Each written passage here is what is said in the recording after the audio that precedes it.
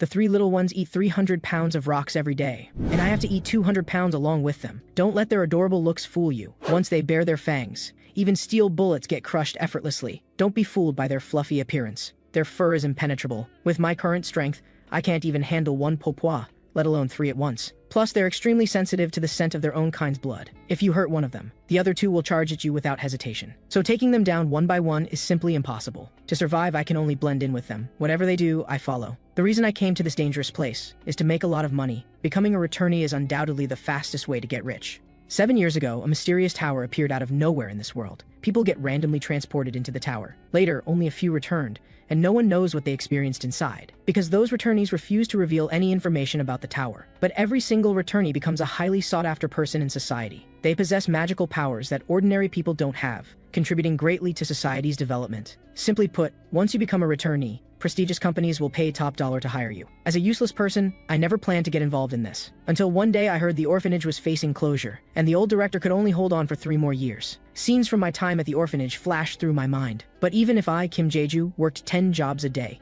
I couldn't earn even 1/100th of the orphanage's operating costs in those 1,000 days. If only I could become a returnee. The moment this thought crossed my mind, my phone started buzzing with notifications. My first reaction was that my phone got hacked, but curiosity got the better of me, so I opened the first file. The person in the video looked exactly like me. He was battling through level after level. I don't remember filming anything like this. The sudden appearance of Bobboboys caught my attention. I remember a returnee once mentioned this creature by mistake. When I saw myself standing at the top of the tower, I confirmed this was a video of my future self clearing the tower. The first video showed 2 years from today, so that should be when I get transported into the tower. To prepare for that day, I trained my body every day. I also memorized all the information from the videos. With this knowledge, clearing the tower would be a piece of cake. When the day finally came, I still wasn't completely certain. I could only pray that the portal would appear. The orphanage's future depended on today. Fortunately, after a long wait, the portal appeared as promised. I stepped through without hesitation. For difficulty, I chose hard mode. A wave of dizziness hit me. When I opened my eyes again, I found myself in a small mine shaft. Thankfully, I'd seen this place in the video. I opened the system interface. It only showed viewer count and mission information. These viewers are other returnees inside the tower. They can enter live streams of floors below their current level and donate, giving the streamer trading currency. Those viewers are essentially making investments, because when their donated streamer reaches certain floors, the donating viewers also receive gold coin rewards. While some people might just be bored looking for entertainment, that doesn't matter to me. Seeing viewers enter my stream, I bowed. "Welcome to my live stream, big brother." The viewer named The Love immediately donated 1 gold coin. I quickly opened the shop. Seeing how sharp I was, he donated another 3 gold coins. He asked if I wanted to spend the coins right away. I said I needed to observe first. Since I didn't know what enemies I'd face, my wise decision immediately earned his follow. Of course, I had to thank him loudly. With 50 minutes of prep time remaining, he decided to check out other streams first. I waved goodbye, big brother. Make sure you come back. I was being so accommodating because of the follow mechanism. In this tower, each person can only follow one streamer. To follow someone else, you have to unfollow your current streamer, and reaching 100,000 followers gets you a special reward. Before I knew it, viewer count reached double digits. This was thanks to choosing hard mode. Newbies rarely grab attention otherwise. As prep time was ending, the chat became much livelier with people saying it's about to come out.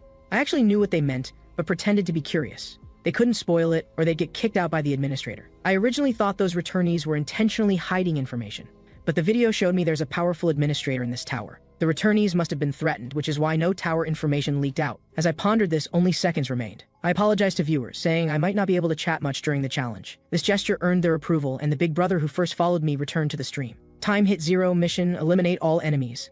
I saw 3 spinning portals beside a boulder. The portals were so small. Maybe kobolds? While I was thinking, 6 adorable eyes appeared. I froze in place, speechless. Not because they were cute, but because beneath their cute appearance hid fangs that could bite through anything. Even the stream viewers didn't think I had a chance. 1 might be manageable, but 3 at once meant certain death. Because they hate anyone who harms their kind, taking them on individually was impossible. I understood the viewers' reaction. Though I knew the truth, I still pretended to ask if they were dangerous. The big brother said he'd check other streams, but I figured he might not come back. I tried to remember Bobboboys' behavior patterns. While they weren't aggressive monsters, this circling while ignoring me was too strange. I cautiously extended my foot to test. I could see they weren't attacking me, but were definitely on guard. I didn't want to fight them unless absolutely necessary, since I'd lose anyway. Best to see what they wanted first. So I followed them, learning to circle the rock like they did. During this time, I noticed the big brother who followed me had returned. Maybe he was curious why I hadn't died yet, but I also figured out the Bobboboys' intention. They wanted to fill their bellies with that glowing magic stone. Right now, they were just performing their exclusive dining ritual. I seemed to understand their mood now. This was them accepting me. If I wasn't mistaken, they'd invite me to share that magic stone. Sure enough, they stopped shortly after. Then they revealed those terrifying fangs. The seemingly indestructible magic stone crumbled under their bites. My heart sank, but I had to join them to survive. So I also grabbed the rock and started munching. Surprisingly, the rock wasn't hard at all. It melted in my mouth like chocolate. I immediately felt endless energy surging through my body. In under 10 minutes, we ate the magic stone down to crumbs. Then my body began glowing with a faint blue light. The three little ones danced around me happily. The viewers thought they were about to eat me, but the next moment they were all stunned, because the three little ones not only didn't attack me, but playfully climbed onto my shoulders. A window popped up. You have passed the trial, opening passage to the second floor. I didn't expect this would work, so turning enemies into allies also counts as eliminating them. But then I collapsed unconscious.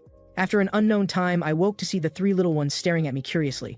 Their expressions seemed worried about me. Seeing me wake up, they became ecstatic. Stream viewers expressed disbelief. I opened the info panel. Surprisingly, viewer count had reached 127. After the shock, I humbly thanked them. Thank you, everyone. I couldn't have passed without you all. They wanted to know how I thought to imitate the Bobboboys. If I said I knew them well, no one would believe me.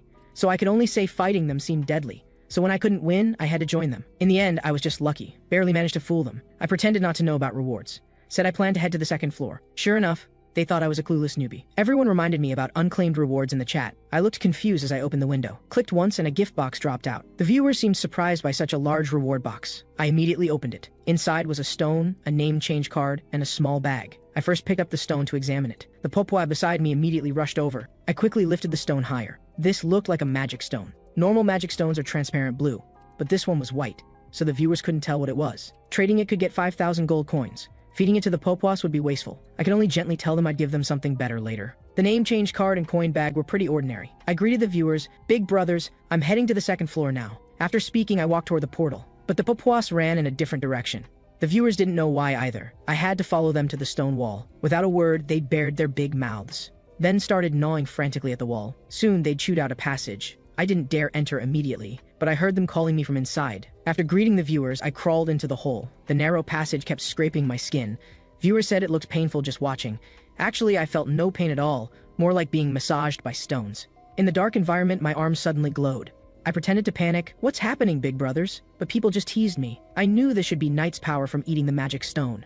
Returnees all changed classes on the 5th floor. The light I was emitting was Knight's power from becoming a knight, but as someone new to the tower, I couldn't reveal knowing about post-5th floor events. After crawling further, I finally emerged from the hole. The three little ones were discussing something around a necklace. Viewers told me to grab it before they ate it. That was my plan anyway. But when I picked up the necklace, the three little ones got agitated. This was rare equipment. Wearing it brought good luck and could prevent one death. I'd seen this in the video. The me there survived the 15th floor thanks to this necklace. But this should be equipment from floor 10 plus. Poor little ones had worked so hard. Still, I pretended ignorance, saying this obviously looked valuable. Stream viewers all teased me for being a clueless newbie. The big brother who followed me told me to wear it first. I had to say, this big brother seemed to have quite a status in the tower. Thanks to him diverting attention, I followed his advice and put on the necklace. Then crawled back. Reaching the portal, the three little ones insisted on coming with me. I was more than happy to have them along. I confidently stepped forward, but didn't expect. This looked like a coliseum. The second floor only had 10 minutes prep time. Without hesitation, I opened the shop to find useful equipment. But choosing gear depended on what monster I'd face. Since I chose hard mode, bad luck would bring a fire-breathing red-brown bear. Defensive weapons would be best. If I was luckier and got a sea serpent, just avoiding its tail and buying any weapon would work. Looking at the three little ones riding on me, if the first floor was this rough, the second wouldn't be simple either. But surely no impossible monsters would be set. Prep time ended quickly. The portal that appeared was small, maybe a sea serpent? Then it doubled in size. Just when I thought it'd be a red-brown bear, it suddenly grew more than 10 times larger. This was getting ridiculous. The three little ones were sweating nervously, and I was getting ideas. Next moment, the monster stepped out, making the entire coliseum shake. I never expected a super giant dragon turtle to appear on the second floor. Stream viewers were shocked too. This was clearly a 3-person trial monster. Though scared, I'd considered this possibility. I quickly searched the shop for equipment. Soon found the battle axe I wanted. Viewers didn't understand why I was still choosing weapons. I had no time to answer. I had to focus completely on fighting this big guy. Before it could attack, I charged first, but it was already lifting its foot. The giant foot slammed down, devastating the ground within 2 meters. Viewers thought I was dead, but when the dust settled, I was hanging from the dragon turtle's foot. I'd planned to jump onto its back but failed. Seems the magic stone didn't enhance my body that much. The dragon turtle glared at me angrily. Suddenly an energy wave shot from its mouth. I'd already drawn my axe and dodged its attack. Though troublesome, I was confident. After all, I'd memorized the dragon turtle video well. I quickly moved around its legs, then struck its hind leg with the axe. The dragon turtle screamed in pain. Its body rapidly pressed downward. But I'd expected this. After escaping its coverage area, It retracted all limbs into its shell. This wasn't cowardice, but healing mode. Because its shell was too hard, most people could only watch it heal. This was why dragon turtles were so hard to defeat. This was exactly what I wanted. While it was down, I leaped onto its back. Viewers thought I was a newbie, since only rookie newbies would think the dragon turtle's back was safest. Actually, the spikes on its back would explode once they glowed red, turning the spike-covered back into a graveyard for newcomers. The big brother donated 10 gold coins just to send a voice warning. But I kept moving around on the dragon turtle's back. Finally found a small enough spike. The axe went in halfway. Seeing this, I used Knight's power. This finally broke the spike off. I held the spike and waited there. Soon the dragon turtle's body began shaking. Its head reappeared in view, but it immediately ran toward the wall, trying to shake me off with collision momentum. I didn't dare be careless. I immediately drove the spike into its neck. There was only one chance. I hammered the spike into the dragon turtle's body with one axe blow. Maybe the pain made it scream, but the explosion immediately drowned out its wails. After the explosion, the dragon turtle lay motionless. Viewers wondered if I was dead. Soon I emerged from the smoke. The dragon turtle lay on the ground, barely breathing. Actually, I had to inject magic power to make the spike explode. That explosion was indeed powerful, but fortunately it was a close call. I looked at the still twitching dragon turtle, with sympathy in my eyes. Rest in peace, turtle bro. With that, the axe fell. Then came the completion notification. As expected, outstanding performance earned hidden rewards. The 3 little ones were bouncing in front of me. Looked like they really wanted to eat the dragon turtle's shell. Only after I gave permission did they pounce on it. The hard spikes and shell actually crunched under their fangs. Only then did I remember the livestream viewers. Seeing my performance, they suspected I was cheating. I really didn't know how to explain this away. Saying I was just lucky wouldn't convince them now. So I shamelessly bragged that I just felt strong and thought I could beat it. Of course, not all of them were fools. I had to say I'd check rewards to divert their attention. The reward was a magic stone and 500 gold coins, plus a subspace backpack that could hold 500 kilograms. This subspace backpack was pretty good for early game. Only hard mode had such rewards. I picked up the magic stone, discreetly put it in the backpack, had to grab their attention before they discussed magic stones. Now I had to check the hidden reward everyone was excited about. Another stone-like object dropped out. This was a level enhancement charm, could upgrade equipment by 1 level. The guy who said it was charity stopped talking. I told the viewers, this is obviously good stuff, I'll put it away. Some still told me to upgrade the axe, really treating me like a clueless newbie. Suddenly I felt dizzy and disoriented. They advised me to go to the 3rd floor where I'd recover, but I insisted on finishing checking rewards first. This was the reward for reaching 100 fans. Looking at 5 different attribute blessings, I didn't choose immediately. The chat had different opinions, but no one mentioned magic blessing. Magic is an ability related to mages and magic engineers, rarely used early on. So I understood why they didn't recommend magic, but how could mere mortals understand my thoughts? I decisively chose magic blessing. Actually, I wanted to become a magic engineer. Though this profession was very difficult just to get started, and was only considered a support role, but I'd seen a genius magic engineer's moves in the video. What man could resist mechs and lasers? Though I knew I wasn't that gifted, copying the basics should work. The 3 little ones had finished eating, didn't even wipe their mouths. I could feel them getting rounder and heavier. The dragon turtle was left with just skin and meat. I was barely able to stand now. Seeing nothing else, I walked into the portal. Immediately felt refreshed, all wounds had disappeared. The 3rd floor trial mission window popped up, though the 1st and 2nd floors were much harder than in the video. This 3rd floor was the same as the video. A portal appeared nearby. Fellow streamers, I've safely reached the 3rd floor, thanks for everyone's concern. I turned toward the voice. Seemed like teaming up normalized the difficulty. His battered armor showed he'd suffered plenty on the 2nd floor. Next moment he looked at me like meeting a fellow countryman, tears in his eyes. Hello, you're really human, right? I was speechless but answered, I'm human, looks like you've suffered a lot before this. He seemed to realize and immediately stepped back. Sorry, I was too hasty. Without comparison, there's no harm. Viewers unanimously agreed his reaction was normal for a newbie. Nice to meet you, I'm Hee Kai-kun. I awkwardly said my name was Kim Jeju. Sure enough, this guy laughed at my name. Then he weakly asked, Mr. Jeju, are those 3 little ones on you called Popwa? I openly lifted them to show him. Guess the viewers told you. He was truly a newbie, daring to get so close to examine the Popwas. But they all asked why I had Popwas here. I said they appeared on the 1st floor and got close to me for some reason. Ground tremors interrupted our chat. 2 stone giants emerged from the sand. I immediately pulled out my battle axe. If difficulty hadn't changed, their weakness should be the same as in the video. Simple mode has 1 statue, normal mode has 2, and hard mode also has 2. But you must defeat them simultaneously, or the fallen one recovers quickly. Before I could think more, the statue's spear thrust forward. Just the aftershock sent Kai-kun, the real newbie, flying. I ran straight under their feet. The statue's shield came down. Any normal person would be crushed, but I was already gone, having slipped behind the other statue. I jumped 5 meters high, glowing with blue light, then struck the statue's knee pit. Its leg split in half, and as it was falling, a hand reached out. The other statue helped it up. Though their friendship was touching, I knew I couldn't delay. Soon the spear statue would recover. I suddenly charged forward. Without hesitation, struck the shield statue's leg again. One chop couldn't break it, so I chopped again. Finally, both statues fell. Kai-kun ran over. He couldn't believe a newbie could do this. Before I could explain, The statues suddenly moved. Their eyes glowed red. I quickly warned him to duck. But this guy was an idiot. He actually turned to look. I had to tackle him to save him from getting killed. While I was saving him, both statues had gotten back up. I never expected statues would throw spears. Now I understood they weren't finished just by falling. After figuring this out, I charged again. While they weren't fully upright, I ran and accelerated, then leaped in front of the shield statue. I used magic power to its fullest. Just one axe blow, split it in half. Then a giant hand attacked. I jumped down to avoid it, but it had another hand. Seeing the shield statue glowing with repair light, I knew I couldn't delay. So I kicked off and jumped to dodge its slap, then struck down with the axe. Cracks spread from its arm up to its head. It fell backward. Landing back on the ground, I didn't look back. That's the pride of a show-off.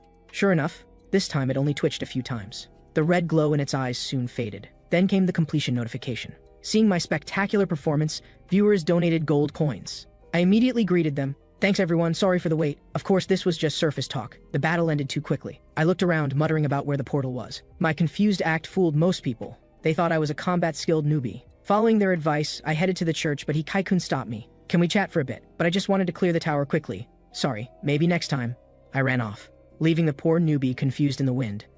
In the church, I saw a scroll. The scroll described the fall of the Atiro Empire. It contained the warning, never anger the emperor. Most viewers didn't know what this was for. I smiled knowingly. This was a hint for the 5th floor. A portal appeared beside me. I said I'd check rewards before going to the 4th floor. They guessed this level was average difficulty with few rewards. Soon the reward box appeared. As they said, just a coin bag. They said the first 2 floors gave too much. This was normal. My face darkened. Hard mode usually gives 3 rewards. Suddenly an info window popped up. I opened my mouth in surprise. Who would expect exactly 5,000 gold coins inside? I happily told viewers this was great. Now I had 5,600 gold coins. Coins are especially important on the 5th floor. Only with enough coins could I learn more magical engineering. They reminded me the Bobboboys seemed to have problems. I turned around. The round Bobboboys had become flat. I anxiously asked if they were okay, but they wouldn't even open their eyes, since no one had brought Bobboboys up the tower. The viewers didn't know what was wrong either. Someone said they might be hungry, but on the 2nd floor they ate the entire turtle shell.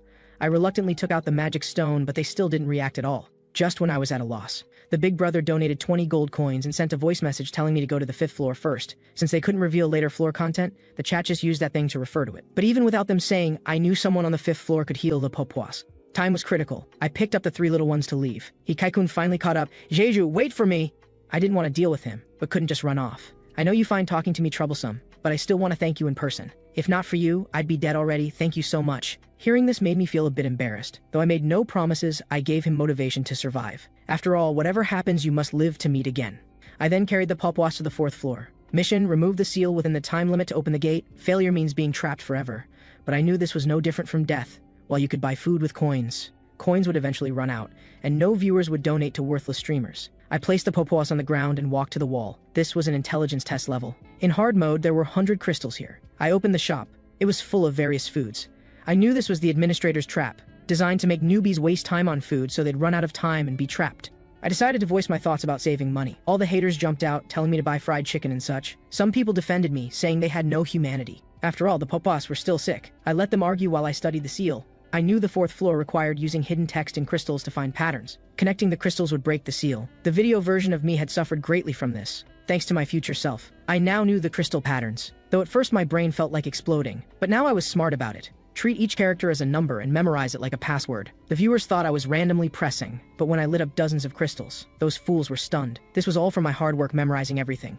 At this rate, I'd finish in half an hour. Some people naively thought I was guessing. I was too lazy to explain. For the 3 little ones, I gave it my all. In just 10 minutes, I was down to the last crystal. I took a deep breath to show how difficult this was. As I pressed the final crystal, the 5th floor portal appeared. Someone donated 200 gold coins, seeing my speed. I explained I wasn't a member of Mensa or anything, but I'd never tell them I knew the answers. The big brother named the love was the best. He never interfered with my actions, only supported and encouraged when necessary. I said I had no time to explain, needed to check rewards and leave immediately. This time, like the 4th floor, it was 5,000 gold coins. Many people were jealous, but there were still reasonable people. With 10,000 gold coins, I could finally see hero-level skill books. I calmed myself and put away the coins, then carried the Bobboboys to the 5th floor, though some newbies from my batch reached the 7th floor. I told myself not to rush. They probably chose easier difficulties. I walked through the 5th floor portal. If I showed extraordinary ability on the 5th floor, those fans would definitely become loyal followers, because the 5th floor had a special mechanism.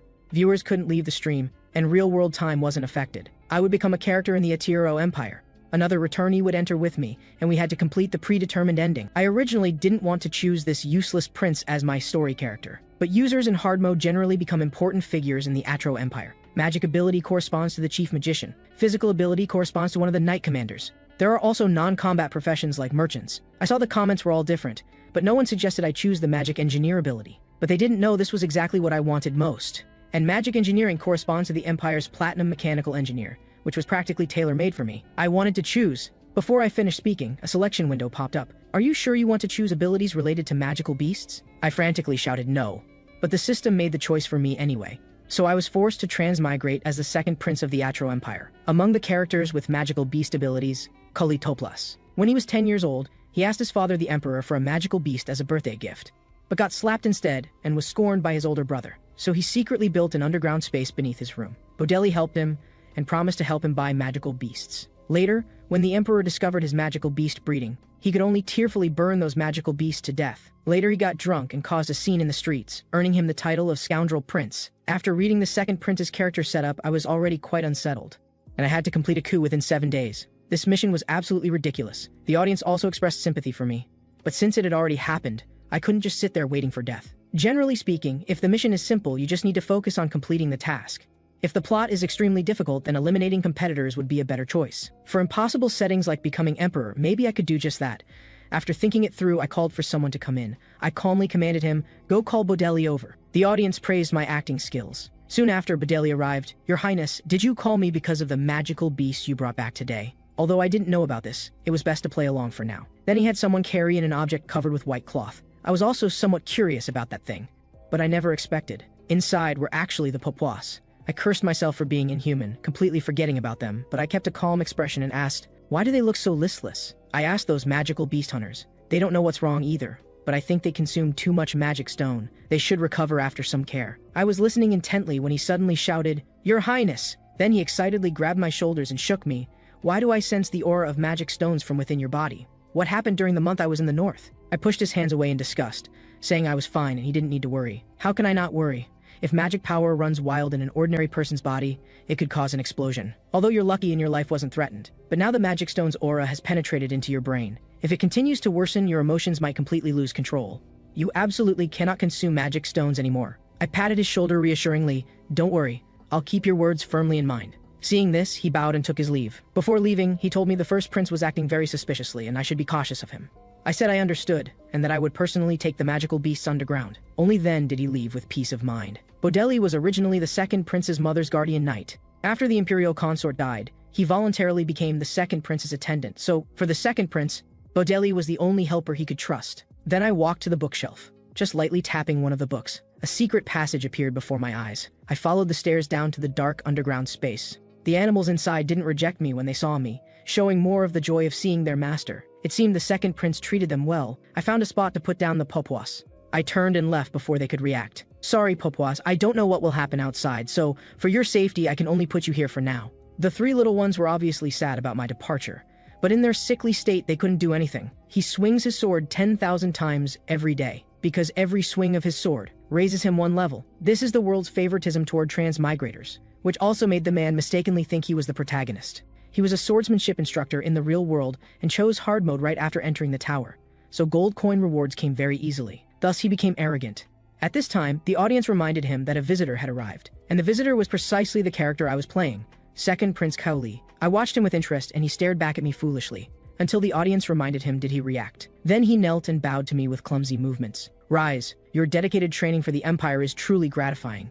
His eyes revealed cunning as he wondered if I was a user. But thinking about it, he felt it was impossible, because users usually only choose knights or magicians. He sheathed his sword and asked, "What brings you here?" The audience gave him good reviews for this performance. But I just smiled, actually, nothing important. I just suddenly remembered the wine you like. At my birthday banquet last year, didn't you keep a long face because we didn't have your favorite wine? So I want to have some sent to your house, but I don't remember what that wine was called. Li Shan-jae opened his mouth wide. He immediately searched the chat for useful information, then randomly said a wine name. "It should be this one. I'll have someone deliver it to you tomorrow." Li Shan-jae quickly thanked him, also feeling relieved about getting through this. But I suddenly changed the topic. "What's your name in the Empire?" Hearing this, Li Shan-jae sneered and stood up. "So you're a madman. Who exactly are you?" My expression remained calm. "Are you blind? I'm the second prince of the Atro Empire." He said even more angrily, "I noticed you didn't even bring guards, so how dare you be so arrogant? Let me ask you one more question. How did you know I'm a user? I put a lot of effort into playing this character well. I said I had no obligation to tell him. Actually, this was all thanks to that petty second prince, who recorded everything in detail. At this point, Li Shanjie was very arrogant. What is he saying? Bros, did I hear wrong? I heard the second prince is trash. I just need one sword strike to end this game. You bastard are finished. Without thinking, he drew his sword. But then a shout came from the distance. What are you doing? This scared Li Shanjie into immediately hiding his sword. Your Highness, are you all right? I said I was fine. Bodeli's body trembled with excitement. I saw it clearly. That guy pointed a sword at you. I told him not to worry. I just wanted this person to demonstrate swordsmanship for me. Li Shanjie naturally had to nod in agreement. Bodeli asked angrily, then why did I sense killing intent just now? I quickly helped explain that I told him to use full force. Hearing this, Bodeli lightly patted Li Shanjie's shoulder. Watch your behavior in the future or no one can save you. Li Shanjie quickly said he would be careful in the future. Only after getting Bodeli's consent did he slink away. Strange, he wasn't like this before. The mighty Lionheart Regiment commander would actually panic like this. But I suddenly asked him, from what you say, you must miss the old days. Bodeli smiled with relief. You jest, Your Highness. After I swore loyalty to Her Imperial Highness, I've forgotten about the past. Hearing this, I smiled with relief. Then I told him to go back first. I wanted to walk around outside and relax. The audience all wondered why I didn't take the chance to eliminate him. That would have cleared the 5th floor. But I didn't want to clear it so quickly. After all, I hadn't even started touching magical engineering yet. When the time comes, if I can't complete the predetermined ending, we'll talk then. Meanwhile, Li Shanjie was panicking. He asked the audience for help. That person transmigrated as a prince. If he orders my elimination, I'm finished. His audience thought I was crazy for missing such a good opportunity. But some people also gave him reasonable suggestions. So he started investigating information about the second prince and Bodeli. Sure enough, he found what he wanted. News about 3 Papuas. The audience also connected it to me, because I was really too conspicuous on the 1st floor. Then someone else gave him an idea. Li Shanjie listened to them and came to the prayer room outside the city. At this time, Li Shanjie looked determined to eliminate me. It turns out the 5th floor had a hidden clearance strategy. As long as you reach the prayer room and say the name of a user participating in the trial with you, you can clear the 5th floor. Li Shanjie knew he could be executed at any time, so he had no choice but to use this move. A window popped up. Please state the name of the user participating in the trial with you. Li Shanjie said without hesitation, Kim Jeju. Are you certain this information is correct? Once confirmed, you cannot choose again. As Li Shanjie pressed confirm, the stone statue beside him immediately came to life. Your information is incorrect. The evil gods mock your wisdom and curse you. All skills you have acquired disappear. This made Li Shanjie shout at the sky in anger. Actually, he had come looking for me earlier. When he shouted my name, I was startled. Seeing my reaction, he smiled sinisterly. Then he ran away without looking back. The audience told me to catch him, but I didn't move, showing an intriguing expression. Some people were still confused, while others knew what I was going to do. I unhurriedly walked to my room. Then I took out my storage backpack and rummaged through it. Soon after, a nickname change voucher was in my hand. Without a word, I tore it in half. Then a virtual panel appeared before my eyes. Seeing the nickname change, the audience got excited, but I entered Kim Jeju 2% without hesitation. Does this mean Kim Jeju 1 is sealed on the 5th floor? The audience really knew how to joke. At this moment, I showed a sly smile. I know the knight's predetermined ending is to learn the essence of swordsmanship. And the price of failing the wisdom trial is having all learned skills formatted. That's definitely enough to make him suffer. If his live stream doesn't have audiences tipping him large amounts of gold coins, completing the predetermined ending would be impossible. Someone asked why I knew about this hidden method. I didn't explain because someone would explain for me, but they kept obsessing over my name. This really made me impatient. What's wrong with Kim Jeju 2? I don't have time to think about nicknames. I was indeed somewhat worried that guy would complete the mission early. I was just acting calm on the surface. At this time, noise came from outside. Seeing this, I opened the door to check. It was that idiot Li Shanjie, and the guards looked troubled too. Your Highness, could you spare some time to talk with me? I decisively let him in. But the audience's attention was on the guards. Clearly, they were the first prince's people. After entering, Li Shanjie angrily walked toward me. You bastard. Who exactly are you? I smiled playfully. Didn't I answer that before? Seeing this, he grabbed a nearby chair and threw it at me. I easily dodged it. Now he stopped hiding his skills, directly drawing his sword and threatening to cut me down. At this point, he could only fight to the death. But in my view, his movements were so slow. Was it because his skills were formatted? Then I easily grabbed both his hands. With just a little force, the sword in his hand fell. I said coldly in his ear, when I spared you before, it was just because the situation required it. It's not that I was actually afraid. Do you understand? Li Shanjie nearly wet himself. Having achieved the expected effect, I threw him to the ground. If you understand, then get lost. Having witnessed my strength, he didn't dare linger here. I originally didn't want to push him to such a state, but he had to court disaster. The audience asked what I would do now. I also frankly told them not to worry. I could eliminate him anytime. Now my choices were to ascend to the throne or learn magic engineering knowledge. Eliminating him on the last day, though that way many rewards couldn't be obtained. In the video, I chose to be a knight, so I was playing the role of knight commander. But at that time, I personally witnessed one thing. On the 6th day of the trial against the second prince began. I personally witnessed the timid second prince admit to the crime of assassinating the emperor. Anyone with eyes could see there was something fishy about this. After all, the cautious emperor had beastman knights planted everywhere. How could such a cowardly second prince successfully assassinate the emperor? But this trial was unfair from the start. The Emmy in the video was incredibly angry, even threatening to destroy this tower. Now I was playing the role of the second prince. Within 7 days, I had to eliminate Big Brother and ascend to the emperor's position. I quickly came up with a strategy. That very night, I went to the emperor's sleeping chambers. To avoid being disturbed, I turned off the live stream chat in advance. I could only apologize to my bros, although I was blocked by beastman soldiers.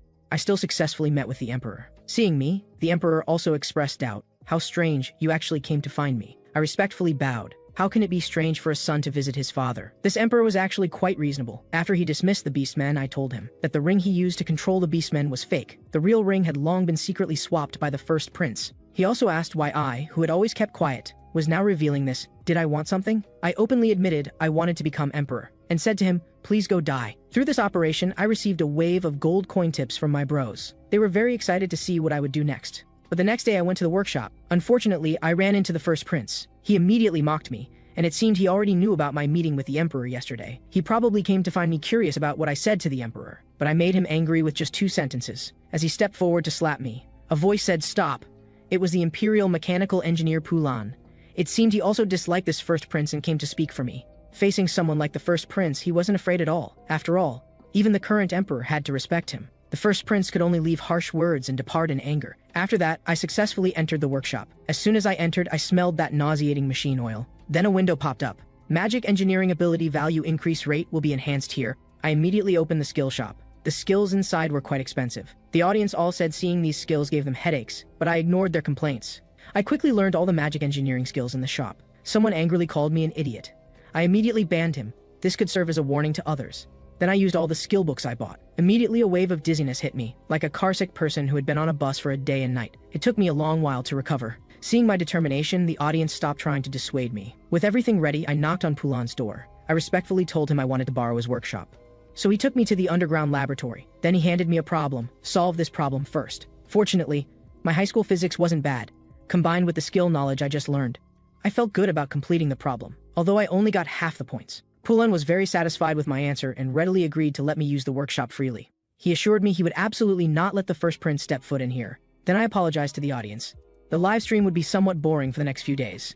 For the next few days, except for occasionally checking on the Bobboboys, I spent the rest of my time in the workshop. Soon there was only 1 day and 16 hours left. At this time, Bodeli frantically found me, Your Highness, terrible news. His Majesty the Emperor has passed away. I thought what should come had finally come. Before I could finish listening to Bodeli's account, the executioner brought soldiers in. Arrest the suspect who harmed the Emperor. I didn't resist and let them take me away. Soon my trial began. This was exactly like what I saw in the video. The only difference was that I was now extremely calm. The second prince should have immediately admitted his guilt, but I spoke up in court. I did not murder His Majesty the Emperor. Although I have no evidence, I have a witness. Then footsteps in the corridor echoed throughout the entire venue. The Emperor, who should have been dead, now stood alive before everyone. He looked at the tribunal nearby. It seems you've gained quite a few benefits from the first prince this year. Duke Magnus, since when do I need to look up to you? Magnus immediately jumped up from his seat. He and those around him scrambled down from the stands.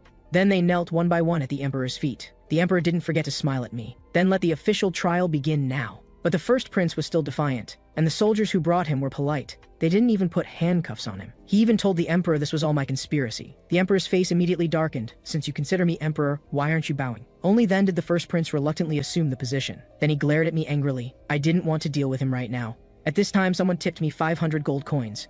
It was the guy who cursed me in the chat earlier. He wanted me to unban him. I decisively closed his private chat window. The Emperor was about to say, begin the trial. I quickly interrupted him. Just now, I was still the defendant. If you ask me whether I feel wronged, I would definitely answer very wronged. Others were all talking, thinking I would definitely be punished for interrupting the Emperor. But the Emperor just smiled and gestured for me to continue.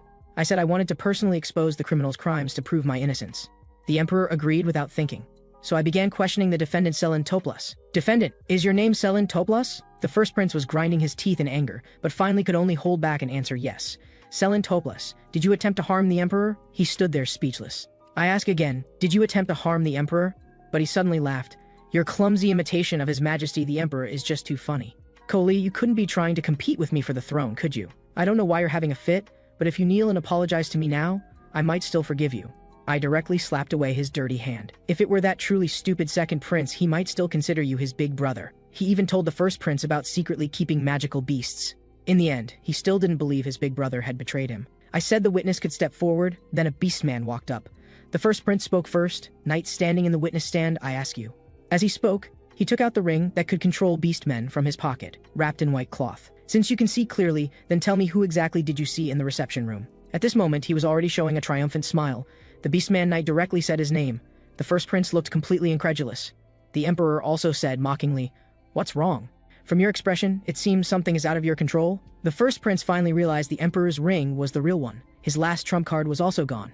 I picked up the ring that fell to the ground and brought it to him. Since you voluntarily surrendered the evidence, it saves us trouble. Your Majesty the Emperor, do you have anything to say? The Emperor displayed the ring. Nothing special, just identical to the ring I used to control Beastman's soldiers. I raised my hand to ask again, "May I make the final judgment?" The first prince started shouting loudly, "I don't accept this trial that doesn't follow proper procedures. I don't accept this guy who has no qualification to judge. I don't accept those people who took my money but pretend to be noble." It seemed he had really gone mad, even revealing the bribery. Then let me ask the audience present, is anyone willing to speak for Selin Topless? The entire venue was silent. In that case, I will make the judgment. I declare Selin Topless guilty and order his immediate arrest. Finally, with the Emperor's permission, I had a friendly private conversation with the criminal. I saw my raised arm glowing blue. With one punch, his face was directly caved in. Having vented my anger, the Emperor made the final judgment: tie Selin Topless to a horse and drag him around the entire empire. Hearing this, the first prince cried like an idiot. But no matter how he wailed, he could only be ruthlessly dragged away. The Emperor was about to stand up when I quickly called to him. "May I speak with you for a moment?" Seeing this, the Emperor sat back down. "I boldly request your Majesty. I hope you will make me the son of the Atro Empire. Please grant this." Actually, the son meant the Emperor. That is, I was asking him to abdicate. The Emperor laughed until tears came out. How interesting. Then he walked up to me. Then he shouted loudly, "I will crown second Prince Kali Toplas as Emperor of the Atro Empire." I thought I'd finally completed the mission. But the next moment, the world turned black and white. Everything around began to rapidly disappear. The next moment, I was in a different dimension. A window immediately popped up next to me. "Congratulations on successfully passing the 5th floor trial." From his reply, I learned he was the administrator, but I was curious why he was looking for me. He immediately replied, "Become an administrator. Become an administrator." His voice kept echoing in my ears. I felt like my brain was going to explode. "If you don't accept my proposal, then die." I endured the intense pain and shouted, "I refuse!" The surroundings immediately quieted down. He asked, "Are you not afraid of the future?" I understood he meant if I refused, he would eliminate me. He didn't continue wasting words. Said, "I'll wait for you on the 10th floor," and left. Since the story mission was completed early, I chose to continue the trial with the remaining time. Soon the world returned to normal. Only the audience said they had just been disconnected. It seemed only I knew what had happened. The Emperor saw my expression and asked, "Why so surprised? Isn't this what you wanted?" Emperor Kali Toplas. Only then did I remember I was already the emperor of this empire. Then he put his arm around me like a buddy. Such a happy day. Of course we should have a drink together. Meanwhile, the first prince had been taken to the dungeon. Li Shanjie sneered disdainfully, but was glared at fiercely. "Who the hell are you to mock me?" Li Shanjie held him down with one hand. He was also helpless now, and the audience was disappointed in him too. At this time, a window popped up. User 4891. Li Shanjie, you have failed. Another user has completed the predetermined ending. You will personally experience the complete destruction of this world. At this time, the first prince had already grabbed his hand. Only death awaited him. And at this time, I had come to a corridor. At the end of the corridor hung a portrait of Koli's mother. When watching the video, I had said, if I reached the 5th floor, I would definitely help her. Although this was a false world, I hoped what I did could make up for Kali's regrets. Thinking this, I stepped into the banquet hall. The next morning, I lay in bed completely lifeless. This was all because of those two shameless old demons. After washing up, the audience told me to spend gold coins. I opened it and found 16,592 gold coins. Bros, how many gold coins did you tip in one night? Then the love boss tipped me another 10,000 gold coins and praised me with "well done." I immediately bowed 90 degrees. I will work even harder in the future. Then I said I'd visit a few more places before heading to the 6th floor. First, I visited the former emperor. From him, I learned the reason for that slap he gave me. Those magical beasts had been tampered with and could attack at any time. Then I was going to the workshop. There was still something I hadn't taken. After wishing old Pulan a long life, I left with my masterpiece. Now there were still 13 hours left. Actually, I felt a bit regretful. After the trial ends, this world will return to its original state. In future trials, Kali will repeatedly die unjustly. What I didn't know was that the scroll content in the 3rd floor hall had already changed. The empire has given birth to an emperor who inherited legitimacy without relying on conspiracies and schemes. The empire prospers daily, everywhere filled with happiness and peace. Travelers who see this content, please do not disturb the heart of the Atro Empire's emperor, Bodli. When preparing to return to the palace, I shouted, Bodeli! Sure enough, speak of the devil, and he shall appear. I wanted to ask him, have you found the reason why the Popwas are listless? He said not yet, but there were no other abnormalities. Hearing this made me even happier. Since the Popwas were fine, let's go find them. And at this time in the underground room, the Popwas were sleeping soundly. After 7 days, having completed the mission, I finally saw them again. They were overjoyed to see me. They were licking my hand before I even opened the door. The next moment, they couldn't wait to jump toward me. Seeing them so energetic, I was also relieved. Then I told the audience I needed to do some wrap-up work and banned everyone first. Back in the room, I put down the Popwas. Then I came to the desk. This is what I made here. But as Poulan said, this thing was very difficult to make right. The magic soul could be dangerous if not handled carefully. After repeated adjustments, I finally barely met the requirements. I put it on my hand and felt it carefully. After a moment, the sensing device lit up. Then I could control it. Although there was some delay, it was better than I imagined. Only then did I turn off the ban. Then I obsequiously apologized to the audience. Soon my time here would end. I removed my disguise and returned to my original appearance. As soon as I lifted the user entry restriction, audiences flooded into my live stream. They were refugees from Li Shanjie's side. To not disappoint them too much, I decided to set it so new people could only send chat messages after 12 hours. Then I said I would open the completion rewards, which could also interest new audiences. Then a box fell in front of me. This reward box was quite large. Seeing voice messages flooding in, I could only raise the electronic voice price to 500 gold coins. Right after setting it, Luca tipped 1,000 gold and sent a voice message, still wanting me to unban him. I said not yet, so let's look at the rewards first. As soon as I opened it, a set of clothes came into view, and the audience was curious. But I said this was just a very ordinary set of clothes. I just smiled. Is the administrator provoking me? Putting the clothes aside, the Popoi started getting grabby. Seeing his disappointed expression, I was somewhat helpless. Let's look at the next reward. My eyes lit up. It was actually hero-level equipment. Roton's leather boots, with abilities to adjust hardness and invisibility, among various other capabilities. I put the boots on without hesitation. Although it was hero level, the audience didn't think highly of it, because this equipment was extremely difficult to use. One mistake could put you in danger. I actually saw others using it in the video too. Then I opened my eyes that glowed with blue light. The boots quickly transformed into sneakers. I checked the texture briefly, then told the audience it works pretty well, though this might be because I ate the magic stone. Then came the final reward. Still 5,000 gold coins. Now I have over 30,000 gold coins total, though I really want to learn other skills. But I still need to stay on the 10th floor. I must buy that item. Then I pondered about the 6th floor's information. I remember the 6th floor requires completing trials with others. If the Popoys are discovered, it would definitely cause trouble. I can only put them in my spatial backpack first. After preparing, I'll head to the 6th floor. The 6th floor is a 4-person team mission. We need to defeat 5 waves of incoming enemies. There are still 59 minutes of preparation time. The other 3 are already sitting by the campfire. A buzzcut guy immediately waved at me. There's a fire here, come warm up. Unexpectedly, the audience gave this buzzcut guy bad reviews right after meeting. I greeted them, then looked at the masked girl standing aside. She suddenly said coldly, "Haven't you seen humans before?" I immediately felt awkward. "Sorry, I just thought your mask was quite special." The audience started joking around. At this point, Buzzcut stood up. "Anyway, we're all going to participate in the trial together. Don't fight. First, let me introduce myself. I'm called Buzzcut. I was working out outside, then got summoned in. On the 5th floor, I played the role of Knight Commander. My strength is very strong. Everyone please rest assured." Then the hooded uncle also introduced that he's a mage, but he just wants to pass quickly and then separate. I get the feeling he and Buzzcut had some unpleasant history. The audience guessed they both wanted to be team leader. Then, one by one, volunteered to scout for information. The girl is called Li Shixia. She said she can't explain her profession specifically, just learned some martial arts. I also gave a simple self-introduction. When they heard I was a magic engineer, none of them stayed calm, especially Buzzcut, who kept chattering non-stop. Li Shixia also got impatient. "As long as we few can clear it, uncle, you really worry too much." Though she also found magic engineers boring. Finally, the uncle interrupted Buzzcut's nonsense. "Let me first show you the situation around us. We're surrounded by thick fog. It looks like fog, but it's actually solid like walls. So this floor's range extends only to the fog. The upcoming arrangement is obvious. Frontal combat will be handled by Buzzcut and Li Shixia. Buzzcut is the tank. Li Shixia is damage output. The Uncle Mage provides ranged damage. As for me, this useless person, I can only watch and help when there's something to do." But Buzzcut was still tirelessly complaining. I didn't want to deal with so much. The urgent matter is to first resolve uncertain factors. Soon after, the first wave of enemies appeared. The audience found it strange from the start. Clearly said to be ghosts, but they had physical forms. The two said, "Let's observe the situation first." But Buzzcut showed a confident yet foolish smile. Did you forget? I'm the 6th Tianite Regiment commander. After saying this, he charged alone toward the unidentified enemies. Only heard a clang sound. Only then did Buzzcut sense something wrong. How could ghosts be so hard? The next moment his weapon was knocked away. Then he was firmly controlled by the monster. He roared helplessly. The monster slowly brought him to its mouth. The seemingly fragile girl, with one strike, knocked off the monster's head completely. However, she acted like she'd done something trivial, just annoyed that her clothes got dirty. Only I knew she would later achieve the title of Fist Saint. Originally, she was just an ordinary student, relying on luck and tips to barely pass the first 4 floors. But on the 5th floor, she crossed over as a street vagrant and met a master. Under the master's guidance, Li Shixia changed from her previous softness into a female fighter who could slay demons barehanded. The title of Fist Saint gradually spread throughout the tower. She angrily shouted at Buzzcut, "Uncle, do you want to die? I told you not to go up.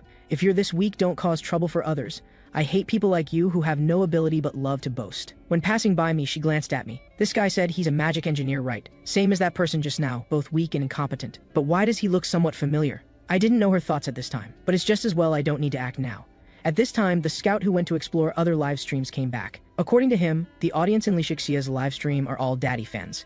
They frantically tip gold coins saying, "Good daughter, do whatever you want." Hearing them praise me made me a bit embarrassed. The Mage Uncle's live stream presented a melancholy atmosphere, with boring but serious people. As for Buzzcut, the audience still joked around even seeing his broken finger. I walked to Buzzcut and asked, "Is your injury okay? Let me look at your wound." Without waiting for his agreement, I used my modified mechanical arm to cast healing magic on him. Soon after he was lying on the ground crying miserably, I said, "Though it hurts now, you won't get any diseases from bleeding later." The uncle came up asking if this glove was made using magic engineering. "Is this difficult?" I explained though it's difficult, it's not impossible to use. Seeing us chatting happily, Li Shixia showed some disdain. "It's just magic engineering, it's not that powerful." Then the uncle arranged the upcoming defense, with Li Shixia as main attacker, him providing magic support, and me same as before. As for Buzzcut, just hope he doesn't get in our way. Soon the second wave of enemies attacked, 2 blue cockroaches. Li Shixia rushed forward without saying a word. She gave each of the 2 blue cockroaches 1 hit, and took them out.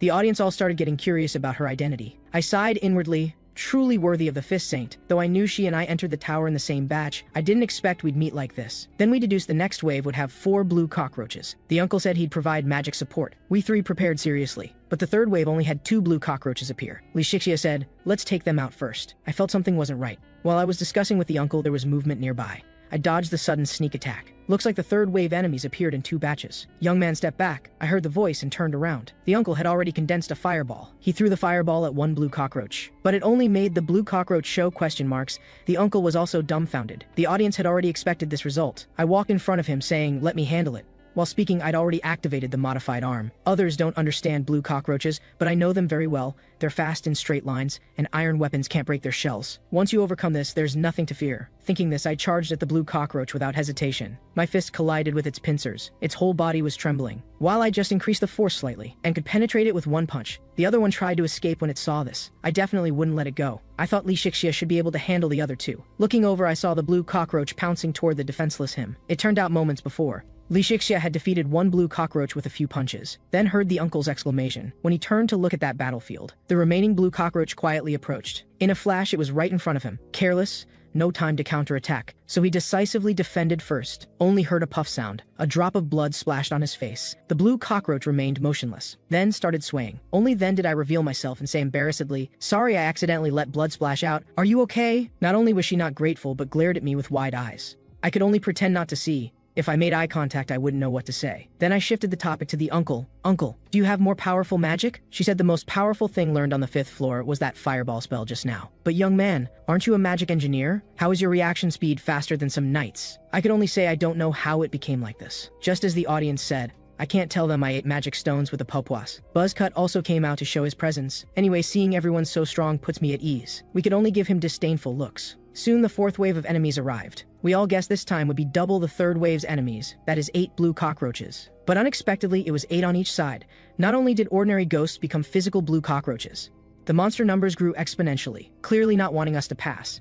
But with mine and Li Shixia's efforts, we finally eliminated all 16 blue cockroaches. Though it was the final wave of enemies, everyone's expressions looked grim, because they all guessed this time there would be a full 256 monsters. The uncle said he protested to the administrator, but the administrator wasn't there. Seeing only 20 seconds left, I made my decision. Then I stood up and walked forward saying, "You all go lie down in the back. I'll warn you first. If you want to live, then do as I say." While speaking, my modified arm's power was fully activated. As expected, countless blue cockroaches appeared. Before they could attack, I had already raised my arm. using the super strong shockwave to blast toward the blue cockroaches in front. But I didn't expect this power to be so strong. At this rate, it would end in one go. Thinking this, I spun my body in a full circle. Where the shockwave passed, blue cockroaches were completely annihilated. Within a 10-meter radius, not a blade of grass remained. The uncle and Li Shixia were stunned. Just who is this guy? My body started swaying. Then the modified arm fell off. I directly coughed up blood. This thing consumed more magic power than I imagined. It should be because the magic stone I installed was exhausted. Then it also drained the magic power from my body. Finally, the trial completion notification appeared. They also snapped back and inquired about my injuries. I said it was nothing serious. Li Shixia still wanted to investigate further. I looked at the uncle and explained, "It's just simple magic power backflow. Uncle, you're a mage. You should understand." Well, the uncle also said if that's the case, then it's really nothing serious, so student, don't worry too much.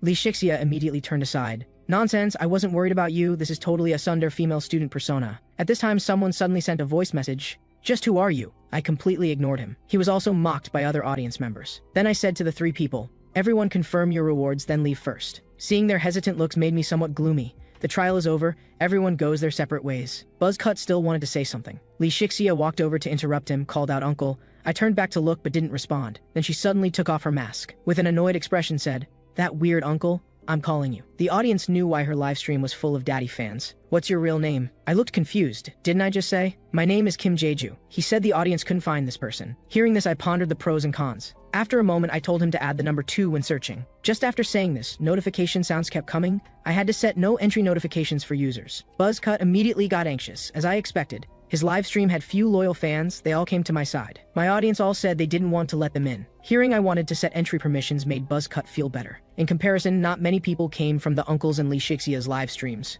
At this time, Shixia's dad tipped me 5,000 gold coins, thanking me for saving his daughter. I said I also saved him to pass the trial, but thank you for tipping the gold coins. Seeing time was almost wasted, everyone started collecting rewards preparing to leave. I was indeed troubled. With so many people watching, the system shouldn't mess with me. At this time, Li Shixia asked, "Speaking of which, haven't we met somewhere before?" Suddenly a gift box dropped in front of him. The two old men opened their mouths wide. Because my gift box was obviously different from theirs, fortunately the size was the same. When I was about to open the box, their two faces leaned over. "But what's there for you to see?" The audience said they were too thick-skinned. If it were them, they'd also look. Buzzcut still looked unconvinced.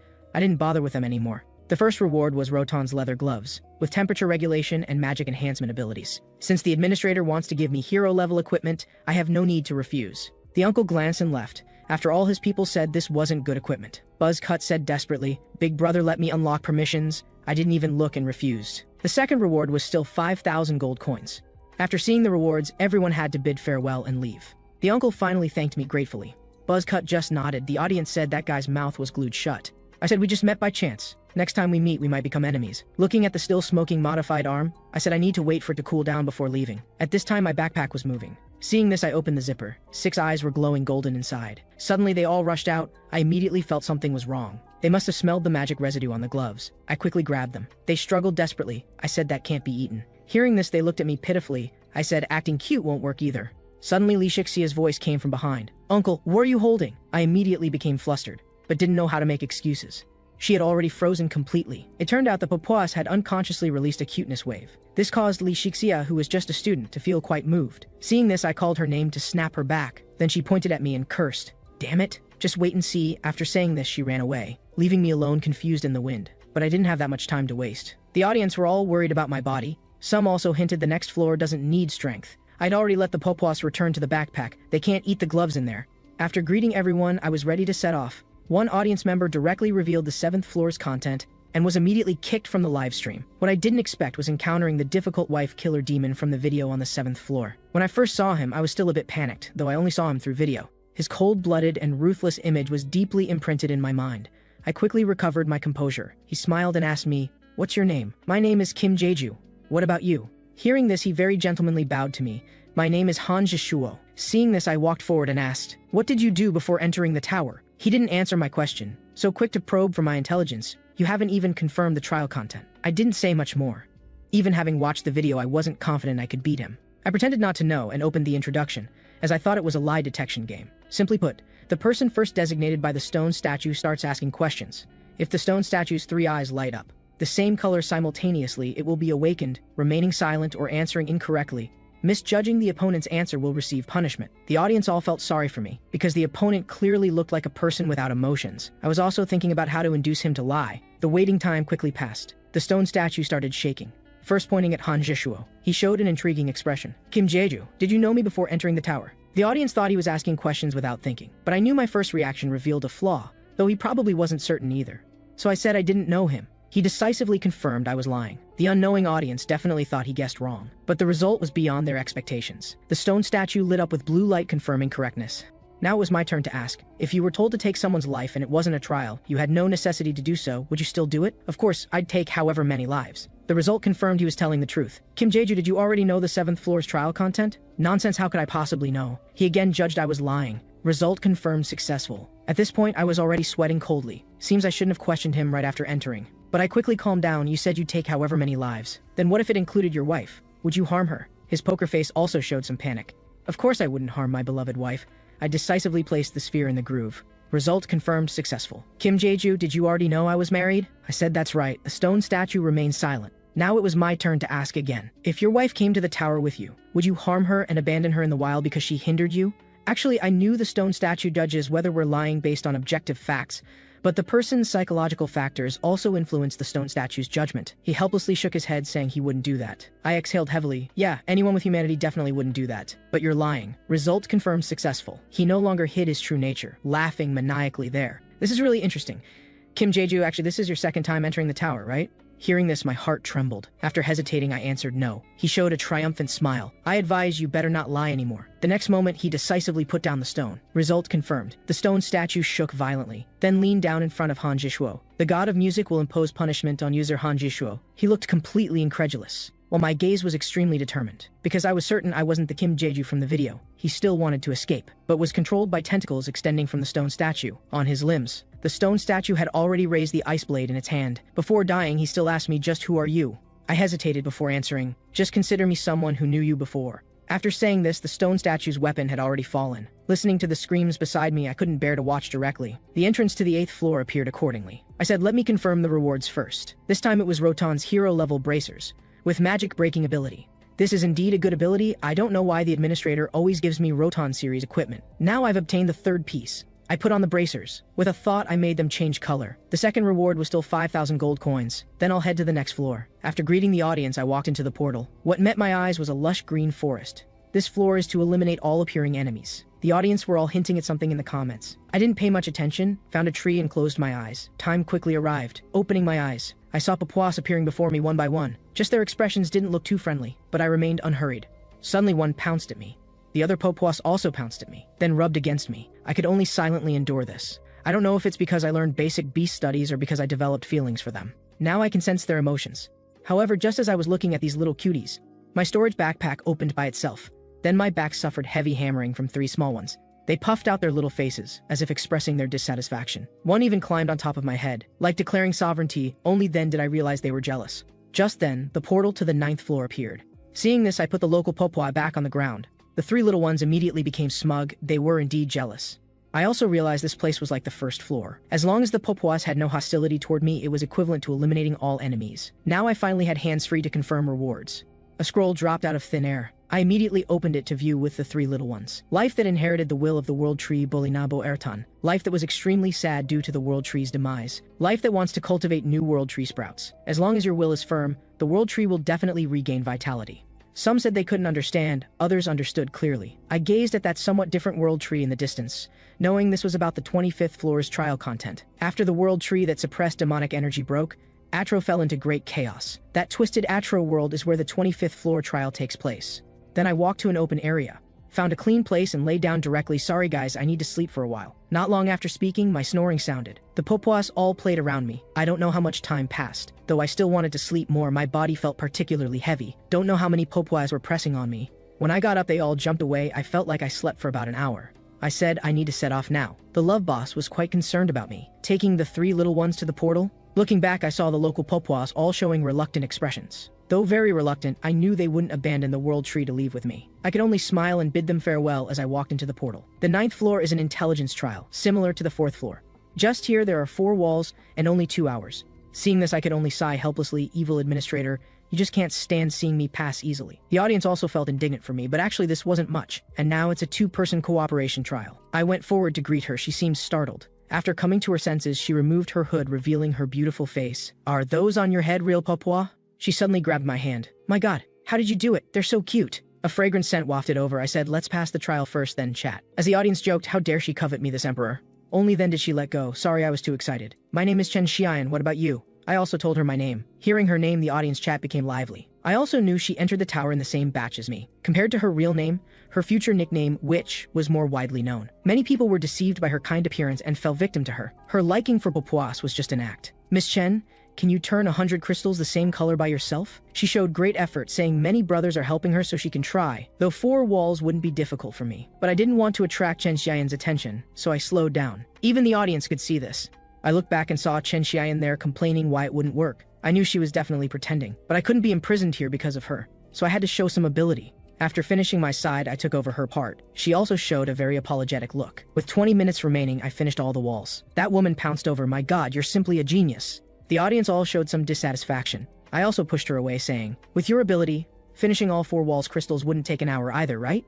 After being exposed, she stopped pretending. Her eerie smile made people's hair stand on end. "Mr. Kim Jae-ju, just who are you? Could you really be entering the tower for the second time?" I countered, "Do you think that's possible?"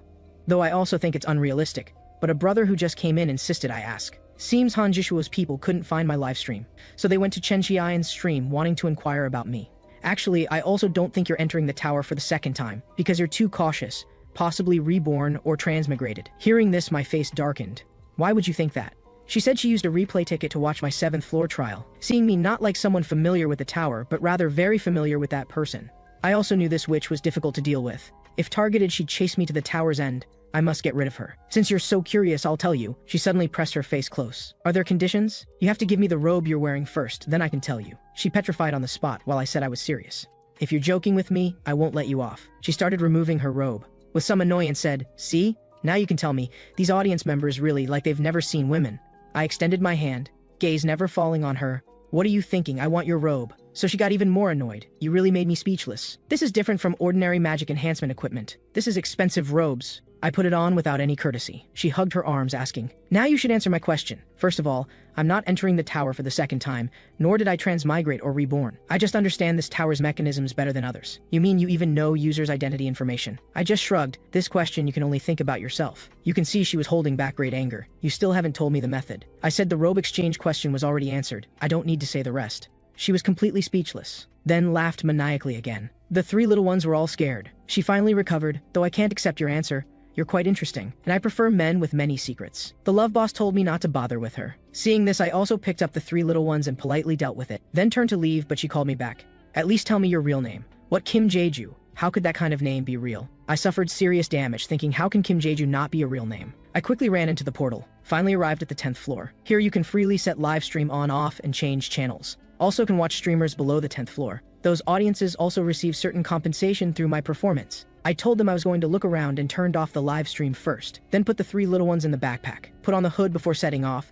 but I always had a sense of dissonance. At this time, a commoner bumped into a noble. I thought she was going to die, but the result was unexpected. That noble kindly comforted the commoner girl. I didn't expect nobles and commoners could coexist harmoniously, and he mentioned His Majesty Kaoli. Seems this place is different from before. Moments later, by the fountain pool, a bald old man was feeding pigeons. I suddenly walked in front of him, asking, "May I sit beside you?" After getting permission, I sat down. "How long have you lived here?" The old man answered harmoniously, "Too long, I can't even remember." I continued asking, "Are you happy now?" "Happy? I don't even know if I still have that thing." After saying this, he threw feet on the ground. The pigeons flew away in panic, but one was firmly grasped in his hand. The pigeon wanted to struggle, but the big hand didn't move. The old man's face was no longer kind. While I remained very calm, "What exactly are you thinking, Administrator?" Then he just glared at me and trapped me in a reading illusion. I knew this was the 15th floor trial ground, Talsha on the brink of destruction. In this 15th floor trial, endless magical beasts kept attacking. No matter how hard the challengers fought, the beasts only increased. This was an endless struggle, all because of that giant flower bud on the distant snowy mountain. That eerie thing called Seed Heart. It kept spewing out magical beasts. So before Talsha was completely destroyed, this place would repeat this nightmare forever. Even after destruction, this would only become a hell overrun by magical beasts. I was watching intently when, suddenly a black shadow blocked my view. When I turned around, I saw a grotesque bloody maw lunging at me. I died. But I also woke up from that illusion. The administrator asked me what I thought after seeing the predetermined future. I said no matter how much you threaten me, my choice won't change. Even if it's a predetermined future, I've already changed it before. You should know this, since you've been monitoring me all along. The administrator restored his kindly smile. So you knew all along, you really are suitable to become an administrator. I loudly objected. I'm different from Kim Jae-ju in the videos. Then do you know why those videos were sent to your phone? I honestly said I didn't know. But I would never accept your proposal to become administrator. Even if you threaten me with trials, bring it on. Then the pigeon's neck was snapped by him. Aren't you curious about what comes after the videos? If you're curious, I'll tell you. Go ahead, after all, knowing is better than not knowing. When the strangled pigeon flew away again, he slowly said, do you think this Atluo world was created just for users to enjoy the game? Actually, I don't think so. If I thought it was fake, I wouldn't waste time playing the prince, I'd just kill Li Shanzai directly. He saw I was negative, then told me there were several other administrator candidates besides me, all before I entered the tower. I asked him back, according to you there are many administrators here, or does the previous administrator automatically lose qualification after handover? His tone became much gloomier. There can only be one administrator. Those who leave this position all ended their own lives. I've tried my best to build this tower, even added the live streaming system you all like. But no matter how much I keep fixing it, this damn Atluo world keeps malfunctioning. With that, he stomped on the ground. The entire space trembled. I fix one side, the other side breaks down. This world's bugs are endless, just like that mechanical glove you made. An administrator is like a water tank, and Atluo is the water in the tank. I've been this tank for too long, so long I've lost myself. Forgotten the original intention of becoming administrator. I've lost joy, anger, sorrow, and happiness. The only thing I can feel is the sense of duty to fill the tank's water to the proper level. Other administrators are the same. As if they have OCD, they try every way to fill their tanks with water. But without exception, they all failed. Some because their tanks were too small, some because the water flow was too strong. But Kim Jae-ju, you're different. The water in your tank is filled to perfection. Perfectly supporting Atluo. I asked him what those videos I received were exactly. He said they were the future after becoming administrator, which should be considered the past from now. Anyway, they were sent by the Kim Jae-ju in the videos. As for why he did this, I don't know. If I could see through people's hearts, I wouldn't be so troubled. Hearing this, I asked my final question. This place differs from my impression of the 10th floor. Is there any special reason related to my 5th floor trial? Hearing this, he burst out laughing. I knew you were more suitable to be administrator than anyone. Your current actions are extremely similar to how he managed this tower. Seeing you put Atluo back on track, I understand Kim Jae-ju. You're someone who will never change. I knew he meant I would still become administrator to change this tower. But I challenged him, stop dreaming. Even if you say this, I won't become administrator. Hearing this, he stopped talking. His body twisted with bones creaking. Then he turned into a pigeon and flew away. His clothes also vanished before my eyes, as if he had never been here. Now I really want to know why the Kim Jae-ju in the video sent me those videos. Looks like I can only climb to the top of the tower. Then the Bobboboys emerged from my backpack. One of them licked me frantically. I knew they were trying to comfort me. Then I reopened the live stream page. Surprisingly, I only lost a few fans. Seems only those few were from the 10th floor. Makes sense. Those who saw Bobboboy on the 1st floor and stayed till now must be skilled in somewhat perverted big shots. At this moment, a pop-up appeared, asking if I wanted to join the trending live streams. Thinking about the threats among Han Jishuo and Chen Xiaoyan's fans, I decisively canceled it. The stream officially started. I immediately welcomed the viewers. The love asked why I closed the stream. I brushed it off, saying I had something to do. I didn't know this big shot was actually a little fangirl. No wonder Chen Xiaoyan told me to ignore her before. After reaching the 10th floor, I first came to Clay Workshop. Originally, this was Pulan Workshop. Don't know how it became Clay's. I walked into the house. Inside was only an unfamiliar uncle. I see you look like a traveler. Let me say up front, I don't take rush orders. I just asked if Master Pulan was here. He looked at me like I was an idiot. If you want the best craftsman, you should go to the Imperial City. The viewers all guessed this was the administrator's doing. I told him I wanted to fix something. If it's inconvenient, could you lend me the workbench and materials to fix it myself? Hearing I knew something about magical engineering, his attitude changed. We introduced ourselves to each other. Then, I took out the mechanical glove. He could tell at a glance it was something I rushed to make, and knew the glove's magic circuit was dangerous. He agreed to help me fix it, and reminded me to find some magic stones to test it. Though from the 10th floor you can trade in the community window, it only has items matching the 10th floor. Magic stones are rare. I could only try my luck at the offline auction house, supposedly a place only rich people can go. But buying things there has a downside. It won't show equipment information. Users can only buy based on feeling. Actually, what I want more is a blood garnet, but that's even harder to find. Then someone called me from behind. Are you a user? I see you're wearing robes, must be a mage, right? Before I could answer, he called over a girl. They started showing off their relationship right in front of me.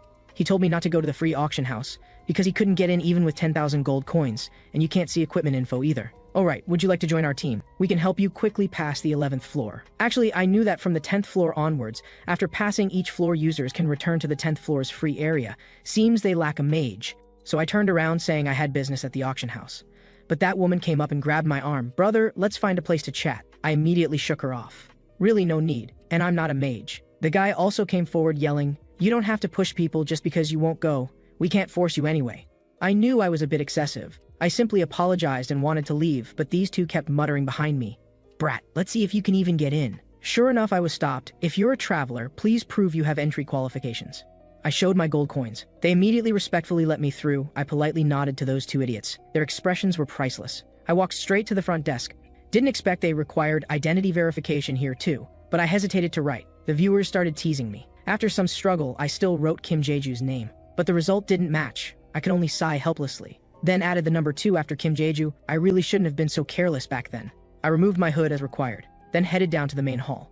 Soon I spotted a familiar face. I went over to greet her. "Hello, we meet again." Lee Shiksa didn't expect to run into me here either. With her permission, I sat across from her. A server came over asking what we'd like to drink. I just ordered water. Lee Shiksa ordered a cola. After the drinks arrived, we sat in relative silence. After a moment, she asked what I came to buy. I honestly told her I wanted magic stones, since she'd seen my magic stones had no energy in previous battles. Then we had nothing to say again. Viewers said the awkwardness was deadly. Suddenly she blushed and thanked me. I said it was all for passing trials, no need to mind it. Actually, I felt quite guilty, since that trial was so difficult because of me. Then I changed the subject, asking why she always wore a school uniform. She said this uniform held many memories for her. I nodded, saying she should indeed cherish it. Actually, I wanted to build a good relationship with her. After she passes the 15th floor, she'll become a top-tier expert. So I invited her to add me as a friend. She looked at me somewhat surprised. I said, though we're not real friends, we could help each other. She hesitated for a long time before accepting. Then she asked me, "Uncle, how did you become so close with Popwa?" I said, "That's a trade secret." She angrily called me stingy. Just then, the auction start announcement was broadcast. She changed from her previous sweet demeanor to coldly say, "How annoying." Soon after, I came to the auction hall and sat down. First, I had to wait for the auctioneer to finish a bunch of nonsense. Then came the first item, a red earth dragon egg. Though I studied magical beast science and could tame it, but when grown it's 3 meters long, being with it would be too conspicuous. Before I knew it came the 8th item. The auctioneer said it was a very mysterious piece. A necklace from Duke Clardy's daughter. Maker unknown, materials unknown, starting price 10,000 gold coins. Many people thought this was just a decorative piece at most. I immediately raised my paddle. I bid 10,000 gold coins, but in this auction house, even users can't see item properties. Most people treated it as a decorative piece. Just when I thought I had it, customer 47 called out 11,000 gold coins. She was the locally famous gem enthusiast Greydale. The Dale family business did involve magic stones. But I heard this younger daughter wasn't interested in business matters. Could she also see this was the rare blood garnet? She noticed my gaze, and even winked at me. I was immediately furious. Right away called out the high price of 12,000, but that woman pursued relentlessly, finally bid up to 20,000 gold coins. Though blood garnet is indeed a treasure, I don't absolutely need it right now. This time I'll just buy a regular magic stone. While I was thinking, customer 70 called out 21,000 gold coins. That person was Lee Shiksa. So the two women staged another chase. Lee Shiksa finally won the necklace for 30,000 gold coins. Though missing the blood garnet was a bit disappointing, luckily I only spent 6,000 gold coins to get a decent magic stone. Then I noticed Lee Shiksa standing at the door. She played with the blood garnet and said to me, "Why so slow? I thought you left first." Before I could speak, she held the necklace out to me. "It's for you, hurry up and take it." I looked at her puzzled. Why give it to me? She was displeased with my look, then directly stuffed the necklace into my hands. "Take it since I'm giving it, I won't take it back. This is also a magic stone, right? Seeing you were so obsessed with it, I figured it out, but I'm still curious why she spent so much to buy it for me." She became a bit embarrassed. "Didn't you say you wanted to be friends? It's normal for friends to give gifts." I was about to say something when she turned to leave. "Don't pretend not to know me when we meet again." As viewers said, good thing she doesn't know I'm live streaming, or her expression would be priceless. I was still puzzling over why she gave this to me. Could it be she saw my good performance last time and wants to build a relationship? But she's not that type of person. Women's hearts are really hard to guess. Lee Shiksa hadn't gone far when she muttered, "Does this uncle really not remember me?" When she was little, she was worrying about why the new school's uniform was so expensive. I happened to come out of the principal's office then. I casually mentioned, "Little sister, listen well to the principal." Lee Shiksa didn't think much of it. She went into the office and told the principal about not having money for uniforms. The principal told her not to worry. Someone just sponsored our school to buy uniforms for the children. Maybe the sponsor was embarrassed. They asked me to keep it secret from you all. Lee Shiksa immediately thought of the uncle who just left. Forget it. It doesn't matter if she doesn't remember me. After leaving the auction house, I came to Clay's workshop. Clay didn't expect me to come early. I examined what he was making. It looked familiar. After he explained, I realized this was my glove, completely different from before. Clay laughed heartily.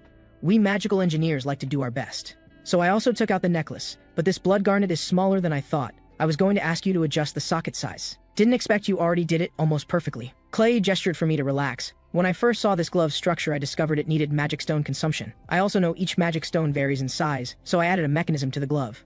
allowing it to use different sized magic stones. Let me demonstrate directly. He pressed a button on the glove. The magic stone installation socket appeared. Then he placed the blood garnet on it. 5 fixing brackets firmly secured the blood garnet. This way you don't need to worry about magic stone size. To replace magic stones, just press that button twice. I was so moved, but you made it so well. The cost. The love immediately said, if money's not enough, just ask. But Clay chuckled. I found fixing this quite interesting, so no charge. I still need an hour to finish up. Wait outside. An hour later, I walked out of Clay's workshop. Viewers wanted me to stay and tour the 10th floor, but I said no. I plan to challenge the 11th floor tomorrow. As for tonight, I'll get a good sleep, but while sleeping soundly, I felt something moving around on me. It was one of the Bobboboys. Its stomach was growling. Suddenly, it opened its mouth wide at me. Turns out it was just washing my face. I asked what's wrong. I saw it smacking its little mouth, then rubbing against me. The other two also came over making noise. I could tell they were hungry. I told them to wait, then opened the live stream. Surprisingly, viewer count reached 200. I thought, don't people sleep? Only 227 total fans. Looks like they were all waiting for me to stream. Then I took out the magic stone I bought for 6,000 gold coins. Without blinking, I threw it to the 3 little ones. They immediately devoured it. A viewer asked if I'd thought of a name for the glove. When I first put on the glove, I could directly feel it was much better than before. But Clay refused any payment, only asking me to give it a good name. I said the name needs careful thought. After all, random naming would make my promise to Clay meaningless. After organizing, I came to the teleport gate outside the city, though it's in the middle of the road. Actually, only users can enter teleport gates. At Luo, locals can't even see them. I didn't expect so many people even in a quiet channel. A viewer asked why I don't join a team before challenging, since randomly matched teammates are usually trash. I know from the 11th floor there are many cooperative trials. Most users join teams through recruitment posts before challenging. Actually, I'd like to cooperate with viewers who followed me since the 1st floor. But not knowing what the administrator will do on the 11th floor. Better check it myself first. I don't want to drag down these loyal viewers. As for difficulty, there's no need to worry, as long as the administrator doesn't go too far. Hard mode isn't difficult for me. After selecting, I walked into the teleport gate. Right after entering, I saw a man and woman. This floor's trial requires 3 users to battle monsters and achieve victory. The lady saw my robes and immediately beamed with joy. I politely greeted them before walking over. Also secretly assessed their weapons. No wonder they were so excited seeing my outfit. The male knight pointed at my glove, asking, "You're a mage, right?" I honestly told them I was a magical engineer. Hearing this answer, they looked quite troubled. The female knight also said the situation wasn't optimistic, asking how much support equipment I prepared. I said I only brought 1. She looked even more disappointed. Soon, preparation time ended. The male knight prayed on the side, let it be a sea serpent, even 10 of those I wouldn't fear. Then the sea surface churned. Seeing this, the couple thought they were done for. I also got nervous from their reaction. Could the administrator have played some trick again? Suddenly, a familiar roar came from the sea. I was trying to remember where I heard this sound, then saw a green head emerge from the sea. When it fully emerged, I suddenly felt deflated. Isn't this my old friend Little Turtle from the 2nd floor? Looks like I don't need to use that eye-catching mechanical glove. So I used the Roton's glove to create an axe. But if this equipment isn't adjusted properly for hardness, it might break easily. Then I walked in front of the two saying, "Don't worry about it, let me handle this guy." They were still hesitating, but the dragon turtle had already gone berserk. I urgently said, "Stay back if you don't want to die." The dragon turtle slammed its head toward the ground. It stared at the two's direction, while I watched from the other side. Having them as bait was quite convenient. Then I shot forward with blue light to the dragon turtle's front leg. 1 axe strike down. The axe shattered on impact, but it also cut a gash in the dragon turtle's front leg. It immediately howled in pain. I reached toward the fallen axe head. It immediately flew back to the handle and fused together. The dragon turtle retracted all 4 limbs into its shell. Viewers urged me to quickly finish it. It would be troublesome if it returned to water. I was also glad it was just healing in place. Then I leaped onto its back. Seems my physical abilities improved a lot. On the 2nd floor, it took tremendous effort to get on the dragon turtle's back. Some viewers knew what I was going to do next. The dragon turtle desperately shook, trying to throw me off. But I didn't budge, and had already chosen a spike. 1 axe strike cut it off. Seeing its shell start glowing red, it was going to self-destruct. I immediately fled frantically, then threw the spike into the air, following with a leap, landing right next to the spike, timing it perfectly to strike the spike with my axe. The spike pierced into flesh that hadn't retracted into the shell. Then came a series of explosions. When the smoke cleared, the dragon turtle lay motionless on the ground. Soon, teleport gates to the 12th floor and 10th floor appeared. I fused the axe back into the glove. The two came over to thank me. I said no need to thank me, I had to pass the trial anyway. After thanking, just go. The guy wanted to ask my name. I immediately looked grim. Sure enough, mentioning names made these viewers come out to tease me. I quickly changed the subject. Since they left, let's see the rewards. The 9th floor reward box hadn't been claimed yet. Then a wooden gift box and an exquisite gift box dropped together. I first opened this floor's wooden gift box. Inside was only 1,000 gold coins, backpack weight increased ticket, and the lowest grade magic stone. Seems the administrator really didn't interfere with this floor's trial. Then I opened the 9th floor reward box. Indeed, another 5,000 gold coins, and something that greatly surprised me. a defensive outer Rotan's coat. Today I came to an empty park. My backpack unzipped itself, then several big heads poked out. Immediately jumped to the ground for a walk. I reminded from behind, don't go too far. Approximately, the lead Bobboboys responded. Seeing the scene made this old father very pleased. Then I asked viewers, I want to name them. Any good suggestions? Hearing my words, they seemed very happy. I said now that I have feelings for them, I want to give them names. A user immediately donated 1,000 gold coins with voice message. How about Boshuni? I said with a dark face, that's not good. Others had even more bizarre ideas. Just then someone reminded me. I immediately opened the shop to find magical beast science skill books. Compared to other skills, these were incredibly cheap. But thinking about it, who would buy this stuff anyway? So I bought all 3 without hesitation. The skill books merged into my body. In less than 1 second, I mastered these 3 skills. This is quite convenient. The only downside is feeling dizzy after absorbing knowledge. The 3 little ones came to my front. They seemed worried about me. Probably due to the new skills, I could now transmit my feelings for them to them. This was an experience I never had before. I suddenly stood up. I've decided, taking 2 characters from the loving goddess Plasha's name. The Bobboboys who's greedy but considerate and caring for companions. I'll call you Lasha. May Plasha always protect you. The little guy who always stands up to danger. Using the brave god Rascoding's name, so you'll be called Coding. And the last Bobboboys. Among the 3, you're the most perceptive. Also taking 2 characters from wisdom goddess Tabelin's name. So your future name will be Belin. After getting names, they were very happy. I had just been affectionate with them for a while when I remembered I was live streaming. I coughed twice, trying to stay composed, since their names are decided. Let's head to the 12th floor now. As for Lasha, Coding, Belin, please hide in the backpack for now. Seeing viewers' reluctance, I told them to bear with it a bit longer. I'll figure something out after the 15th floor. That's what I said, but I felt bad too. Not sure if it's because of the new skills. When I reached the 12th floor, 3 people had already gathered here. A knight immediately greeted me. Hello, I'm Jin Zirun. I also told him my name was Kim Jeju. The casual dressed girl also came up and said her name. But your outfit is really special. I haven't seen it in the shop. I said I don't know how I got this equipment. By the way, there's still one teammate. I saw that person looked rather dazed. Those eyes I simply couldn't look directly at. Why keep staring at me? He stammered, no. You said your name was Kim Jeju, right? My expression immediately turned cold. Is there a problem with my name? Are you the emperor? I immediately sensed trouble. Flashed over and covered his mouth. I threatened him not to say more. He nodded frantically. He was about to kneel when I stopped him again, but I should at least do something. I held my forehead and sighed. Just introduce yourself quickly. He immediately saluted me. Yes, hello, I'm Zhang Shangjun. I was a bit speechless. Thought only 8 people were kicked out on the 10th floor. Wouldn't run into them. Should have switched to a foreign channel. Then Li Xiaoxiu also came over asking, looks like you already know each other. I quickly answered first, right, we met on the 11th floor. Jin Zirun looked suspicious. You're so strange, just now showing off equipment. Now how are you being timid? How dare I? Shut up, I immediately stopped his nonsense. Then I changed the subject, introducing our situations. This man and woman left their team long ago, don't have many viewers. So they got no intel about the 12th floor. As for Zhang Shangjun, after being kicked from his team, he had nothing to do, then found a super amazing me. Through donations, he finally got lots of profit sharing. So now he has money to buy equipment. Jin Zirun said time was running short, needed to arrange positioning.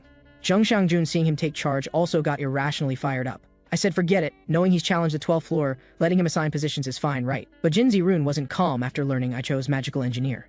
I'd expected this. I said I'd give my all. These are cursing ape men. If anyone shows off in front of them, they'll be called a noob. And their learning ability is very strong. If one attack doesn't kill them, it's easy to be counterattacked. Especially can't use sword techniques on them. Zhang Shangjun used his experience to explain to everyone. Jin Zirun immediately flew into rage. Then the skills we learned on the 5th floor are meant to be used. Now you tell me we can't use skills. Do we only rely on brute force? That's why Zhang Shangjun found matching with first-time challengers troublesome. Anyway, try it yourself and you'll know. Then he walked toward me. Big brother Kim Jeju, you could clearly pass this trial alone. Are you trying to hide your strength? I said I don't want to act very capable. What do you mean act? You clearly are very capable. But the trial was about to start. I was too lazy to argue with him. Called everyone to get ready. Saw the ape men rapidly approaching. They all shouted Lakua in unison. Zhang Shangjun was already sweating profusely, having witnessed these ape men's terror. Now he was even less confident. I signaled him to stay calm, no one would die. As long as everyone doesn't try to be tough, it's fine. Jin Zirun was indeed full of confidence. Don't be cowardly, they don't even have weapons. 16 total, we each handle 4, and that's it. With that, he charged out himself. I'll be the leader, everyone wait for the gold coins. This inexplicable confidence reminded viewers of the idiot from the 7th floor.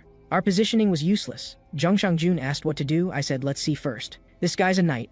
Won't die that easily. Some people never learn until they see the coffin. Even if I help him now, he'll still die in the future. Better let him experience it firsthand. The ape leader signaled his subordinates not to move, then shouted Lakuha at Jin Zirun, and walked out of the group alone. Only when Jin Zirun got close did he realize this ape man was at least 3 meters tall. The ape man pointed at him saying, Sumiha, Tulamba.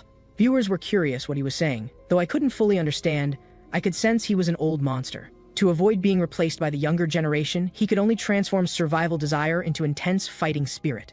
Jin Zirun smiled confidently. How dare you provoke me? Backing down in front of so many people would be embarrassing. Thinking this, he charged alone at the ape leader. The ape leader slightly shifted and dodged his thrust.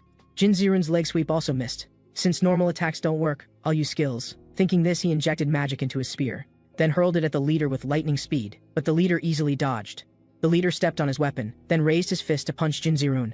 Without his weapon, Jin Zirun could only wait for death. There was a clang. The ape leader's fist was firmly caught by me. Seeing him still dazed, I told him to retreat quickly. This time he obediently crawled away. I wasn't as relaxed as I looked either. Knowing this guy gets harder to deal with the longer it drags, must end the fight quickly. He had already raised his other hand. I timed it right to send him flying. Immediately ducked to avoid his punch.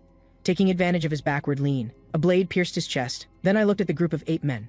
Every one of them was terrified. I charged at them without hesitation. In less than 10 seconds, I had slain them all under my axe. Soon 2 teleport gates appeared. Li Xiaoxiu asked if I was a veteran who passed the 19th floor. I said just consider me as having passed the 19th floor. Before parting, Jin Zirun asked a question. Do you know what the ape leader Sumiha meant? This answer is important to me, because his eyes looked at me like I was trash. I told him straight that Sumiha means noob. His face turned red. He ran away without even caring about the girl. Zheng Shengjun also came up to say goodbye playfully. I'm just small trash, so won't linger. Maybe your viewers are cursing me. I asked if he'd been watching my stream since the first floor. Learning he started following from my 2nd floor. I still thanked him. You donated when you were only on the 10th floor. That wasn't easy. Really, thank you. Hearing this, he smiled with relief. You're really too kind. I only earned coins because of you. He knelt down again to bow, hoping you could clear the 100th floor soon, and wishing you eternal happiness. This made me a bit flustered. Before I could say anything, he had already jumped toward the teleportation gate, shouting "Papa!" I was completely bewildered. Seems like this guy was lying earlier. He must have been watching from the 1st floor too. The audience started teasing me again. I had to focus on the rewards to divert their attention. Without the Magicker's interference, the rewards were indeed quite ordinary. I told the audience I'd return to the 10th floor to change channels before heading to the 13th floor. Finally, I switched to the American channel. When I arrived at the 13th floor, I walked over to the campfire. A bald man immediately asked if this was my first time on the 13th floor. Though the tower has automatic translation, he could tell from my lip movements that I wasn't American. His observation was quite sharp. He burst into hearty laughter, cheerfully introducing himself and asking if I was live streaming.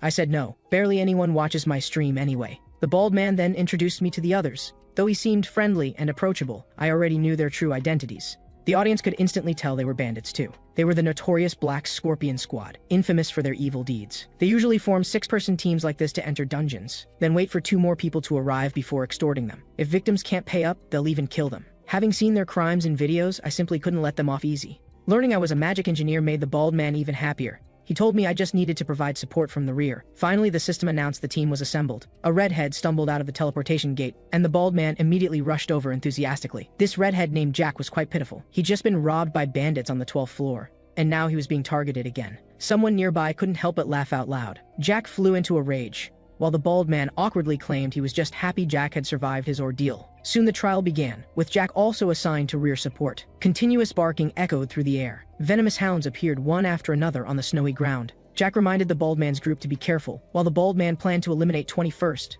leaving 20 for their scheme. Before they could engage the hounds, I immediately struck, taking down one hound with swift precision. The bald man was puzzled about when I'd moved to the front. Several hounds were already lunging at me from behind, but the next moment they were all skewered like meat on a stick. I said calmly, "Seems like you're not genuinely interested in fighting. Normal people wouldn't stand there shouting. They'd come help." The bald man first noticed the equipment I was wearing. I said it was just ordinary gear. Seeing this, the bald man ordered everyone to regroup. He realized I posed a greater threat than those hounds. The hounds behind me also turned to face me. Magical beasts' instincts are indeed sharper than humans. Caught between the bald man's group and the hounds, I still asked unhurriedly, "What exactly are you trying to do?" The bald man's face turned vicious. "Are you a bounty hunter? Don't claim to be a magic engineer.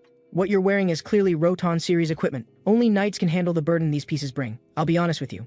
We've dealt with many hunters like you." Hearing this, I retracted my weapon back into my glove. "You say I'm not a magic engineer? Then let me show you something interesting." I displayed my mechanical gloves. The gloves flickered with blue light. At this moment, all the hounds charged at me. The next instant, I vanished from my original position. The 2 lead hounds were killed with a single punch. The other hounds were already trembling with fear, but I had no intention of letting them live either. Seeing this, the bald man sensed trouble. He signaled to the assassin in the tree. While I was still focused on the hounds before me, sensing the threat, they huddled together. Exactly what I wanted. I raised my hand, then fired an energy cannon. The ground was carved into a furrow, with only one charred hound corpse lying there. I was quite satisfied with the result. Though not as devastating as last time, it significantly reduced magic consumption. The recoil was much smaller than before too. At this moment, a transparent figure crouched in the tree behind me, thinking this was the perfect moment to strike. While I was relaxed after defeating the magical beasts, he dove down at me. I appeared to be examining my gloves without a care, but the next moment, my coat pierced through his arm. The clear completion notification sounded, and the teleportation gate appeared. The remaining bandits all rushed toward the gate in panic. I flashed in front of them. "We haven't finished our business yet. Where are you all rushing off to?" They were all speechless. I pointed at the teleportation gate with a smile. "Mr. Jack, you go ahead first." After he left, I maintained my kind smile. "If you cooperate properly, this shouldn't take too long. So how many coins do you all have?" Hearing this, they stepped back slightly. A blond man spoke with a complex expression. "My friend, there might be some misunderstanding between us." His words didn't move me, because I knew if I let them continue their ways, they'd only commit more heinous crimes. The purple-haired one started to speak, but I grabbed him by the throat with my equipment. "Let me establish the rules first. First, no one speaks without my permission. Second, no lying." I tossed the purple-haired man to the ground. "Since no one objects, I'll assume you understand. I clearly just said they could only speak when I asked questions, yet this brown-haired fool thought I was some kind of saint and dared to point fingers at me, even trying to incite his companions to steal my equipment. However, the others didn't dare breathe heavily. When he realized his partner's expressions were wrong, a tentacle-like thing had already reached his face, suddenly wrapping around his tongue. I said calmly, "Everyone watch closely. This is what happens when you break the rules." With a thought, his tongue fell to the ground. "Does anyone else have objections? Speak up now." After a moment, I shrugged. "Since no one's talking, I'll take that as agreement. Whoever has healing potions, go treat him." The purple-haired man immediately rushed over to support the brown-haired one after getting permission. "Now, bald gentleman, please step forward." Hearing this, the bald man walked forward, trembling with fear. I immediately gave him a thumbs up. "Mr. Baldy, though you're seen as despicable scum by others, your teammates all think you're a good captain." The bald man weakly asked, "What exactly are you trying to say?" I told him to accept my friend request. He looked shocked. "How do you know my username?"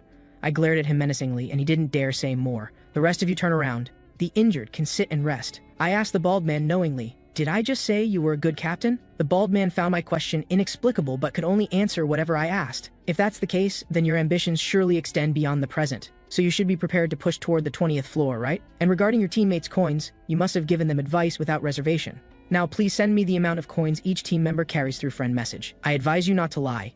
If there's a significant discrepancy, I'll be very disappointed." I made it this complicated because the tower has settings preventing random theft of others' coins.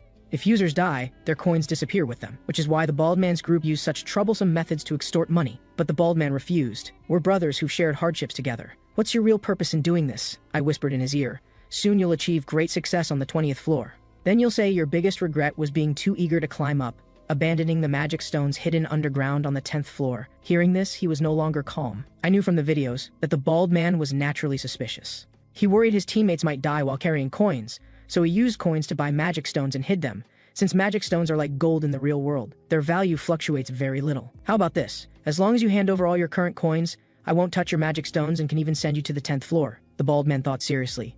This guy knew my username. Finding the magic stones probably wouldn't be difficult either. He then sent me the coin amounts his teammates carried via message. Seeing this, I called over the brown-haired troublemaker. "If you have over 2,000 coins, nod. If not, shake your head." He shook his head. "Strange. Mr. Baldy told me as of yesterday you still had 3,000 coins. He immediately nodded frantically. I showed a kind smile. "Don't joke with me anymore. From now on, if you hide even one coin, don't expect to leave alive." In the end, they offered up 12,000 coins total, 150% less than what the bald man reported. "Now I'll ask once more. Are you absolutely certain you haven't hidden a single coin?" They nodded anxiously. Then I made them hand over all their potions too. After getting everything, I walked to the teleportation gate. "Good. Now it's time to say goodbye."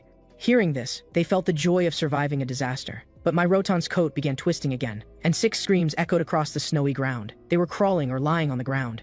I said coldly, "Some of you harass children, some murder a person daily, and others do even more unforgivable things. What a bunch of scum." They could only roar helplessly. I grabbed one of them and told them, "The 14th floor trial ahead is a maze.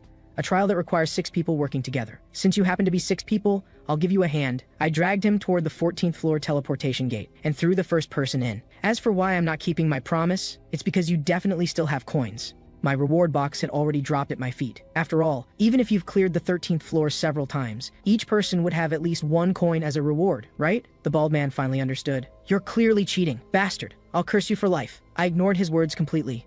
With one leg missing, trying to clear the 14th floor would be harder than climbing to heaven. The audience finally realized I was a kind and talented young man. Next came the reward confirmation phase. This time's rewards were still quite ordinary, I told the audience. Then walked toward the 14th floor teleportation gate. This was a maze trial, where the maze's size was proportional to the total difficulty of all members. As soon as I entered, I saw the earlier users discussing strategy. A bearded leader approached me. Seeing I was alone and of Asian appearance, he found it incredible. He then introduced me to the other 4 team members.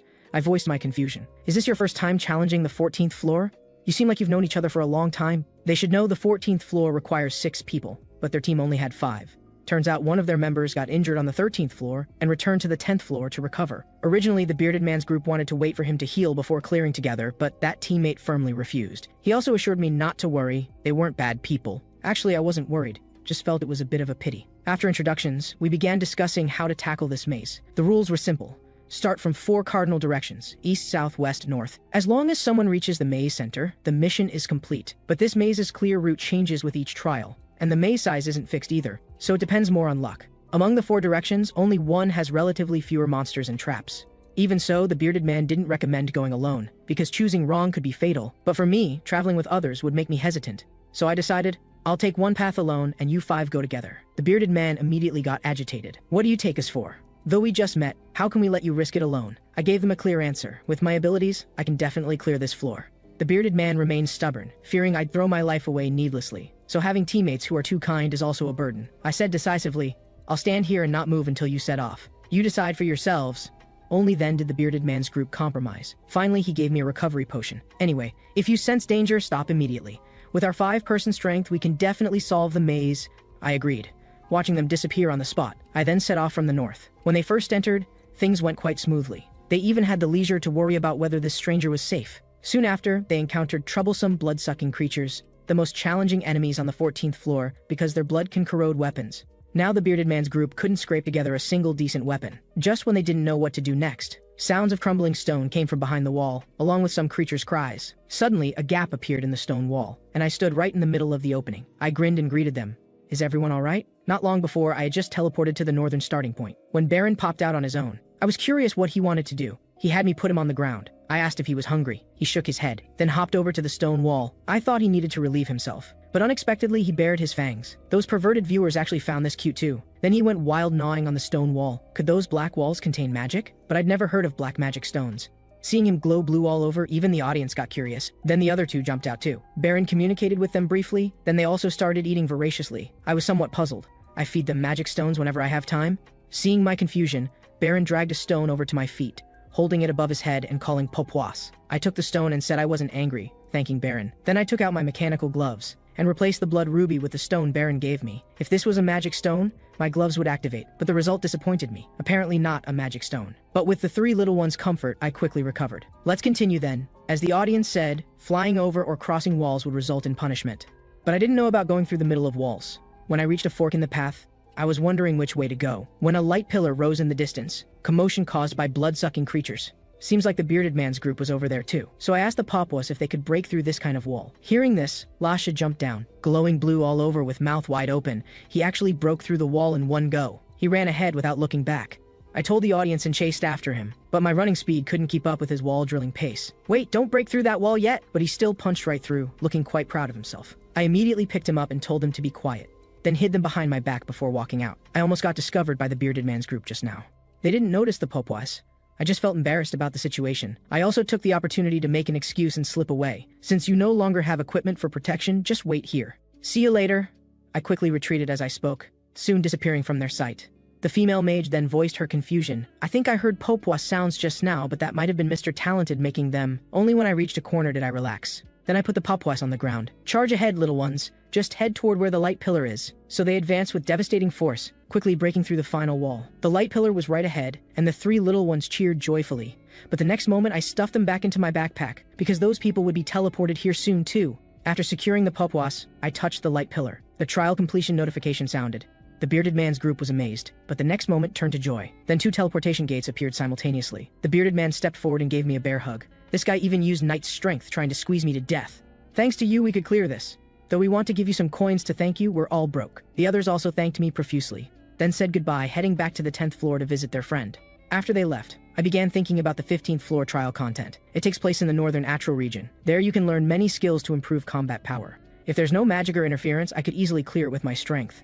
But those scenes he showed me last time didn't seem like simple fantasies. The audience could see I was worried about the 15th floor trial, but I quickly changed the subject, saying I'd confirm the rewards before departing. This box was still quite ordinary, with even more ordinary rewards inside. Just 1,000 coins and a longsword. I was about to say let's go, when an audience member tipped me 1,000 coins, saying they wanted to become my box. Open up, coins incoming. Then all the audience members tipped me various amounts. I could only awkwardly thank them, then headed toward the 10th floor teleportation gate. Though I wanted to go to the 15th floor now, I had to return to the 10th floor to reorganize. Plus, there was something on the 10th floor I absolutely had to take with me. On the 10th floor, I went to the Traveler Management office. I said I wanted information on the Black Scorpion Squad's address, then filled out the paperwork as the staff required.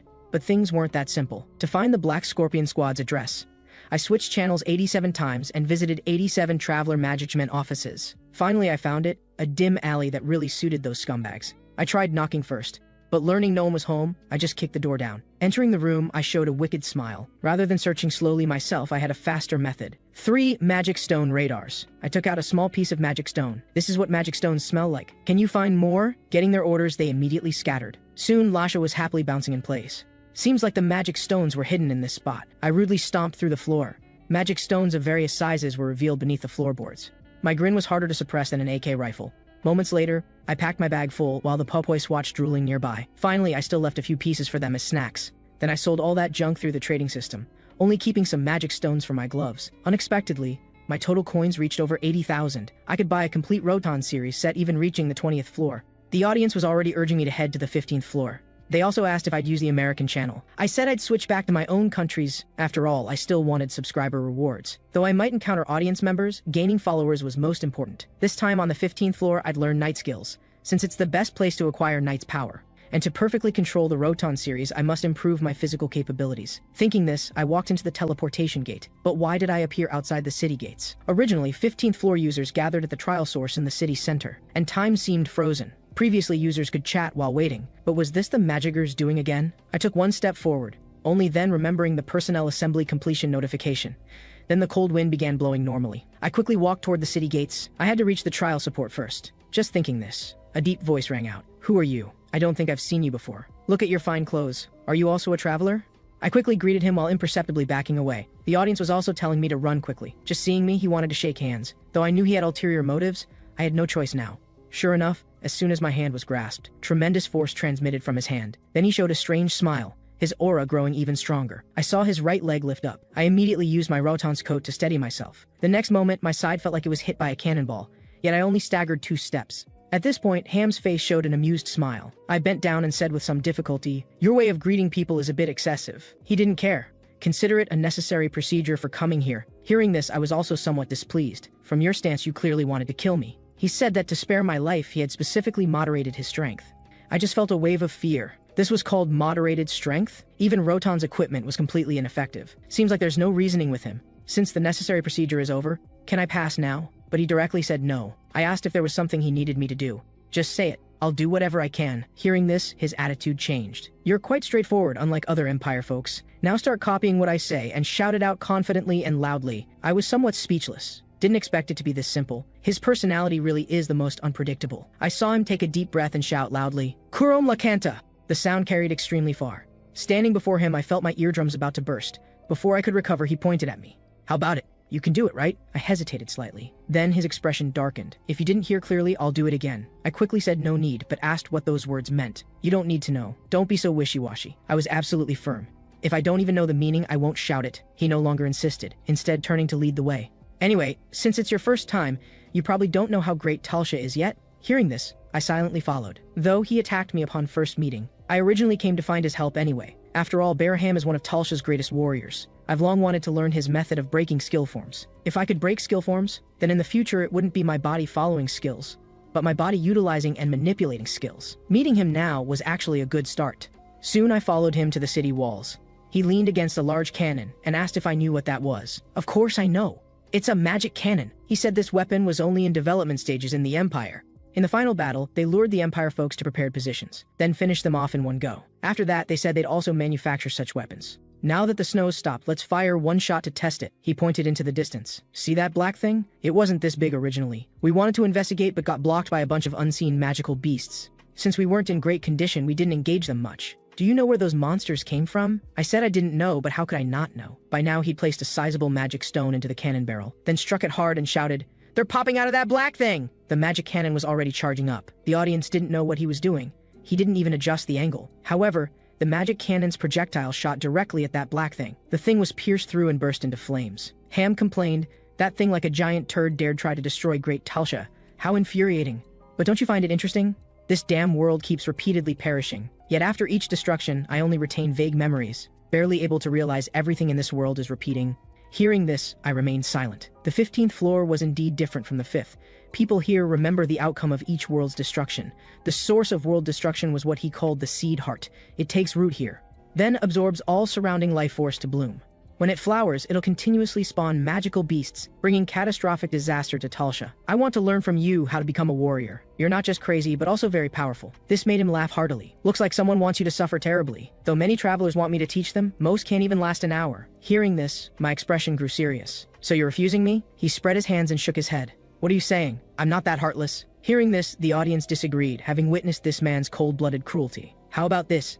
I'll give you a task. Get used to Talsha first, then come back. After all, if you go head-to-head with me right away, you probably won't live long." I also voiced my confusion. If Talsha is destroyed again, you'll only retain vague memories. How can you guarantee you'll remember me next time? He assured me not to worry. Such a special traveler wouldn't be easily forgotten. But if you insist on learning now, that's not impossible either. Seeing his crazed expression, I chickened out. Then I'll accept the task first and come ask for your guidance next time. He also agreed with my choice, but noted I seemed to have already received a task. Hearing this, I immediately opened the interface. Sure enough, the 15th floor task popped up immediately. Eliminate the seed heart. Cannot leave the 15th floor until completing the task. If unable to eliminate the seed heart before it blooms, Talsha will perish. Seeing this task, my expression looked terrible. I'd wondered if the magicker would cause trouble, but didn't expect him to be this insane. From this situation, if I can't complete the task, I'll perish along with Talsha. The audience all scorned the magicker, knowing it's impossible to eliminate the seed heart on the 15th floor. I was clear too. Even if all 50 players on the 15th floor work together on this task, they might not damage the seed heart at all. Ham asked if something was wrong and offered help if needed. I declined, then told him I'd come again later. He also gave me a location to find him. Finally, I bowed politely to him. He was somewhat surprised by my attitude change.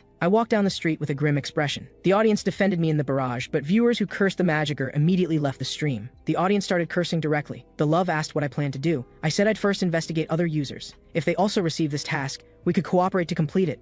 At this moment, a man burst out of a building and knelt before me, pleading desperately. "Savior, please save us. Lead us away from this endless sea of destruction." I turned and walked away. The audience was right. This was all the evil magicker's doing. To keep Talsha running normally, the magicker left a prophecy for the people here, that a traveler capable of saving them would appear someday. Most users know he's just playing God, making Talsha's residents believe they'll eventually escape this endless suffering so they don't mentally collapse. But for users, Talsha is just one stop in their tower climbing journey. They surely know this too, but still choose to be deceived. I was powerless against this situation, better focused on completing my own trial first.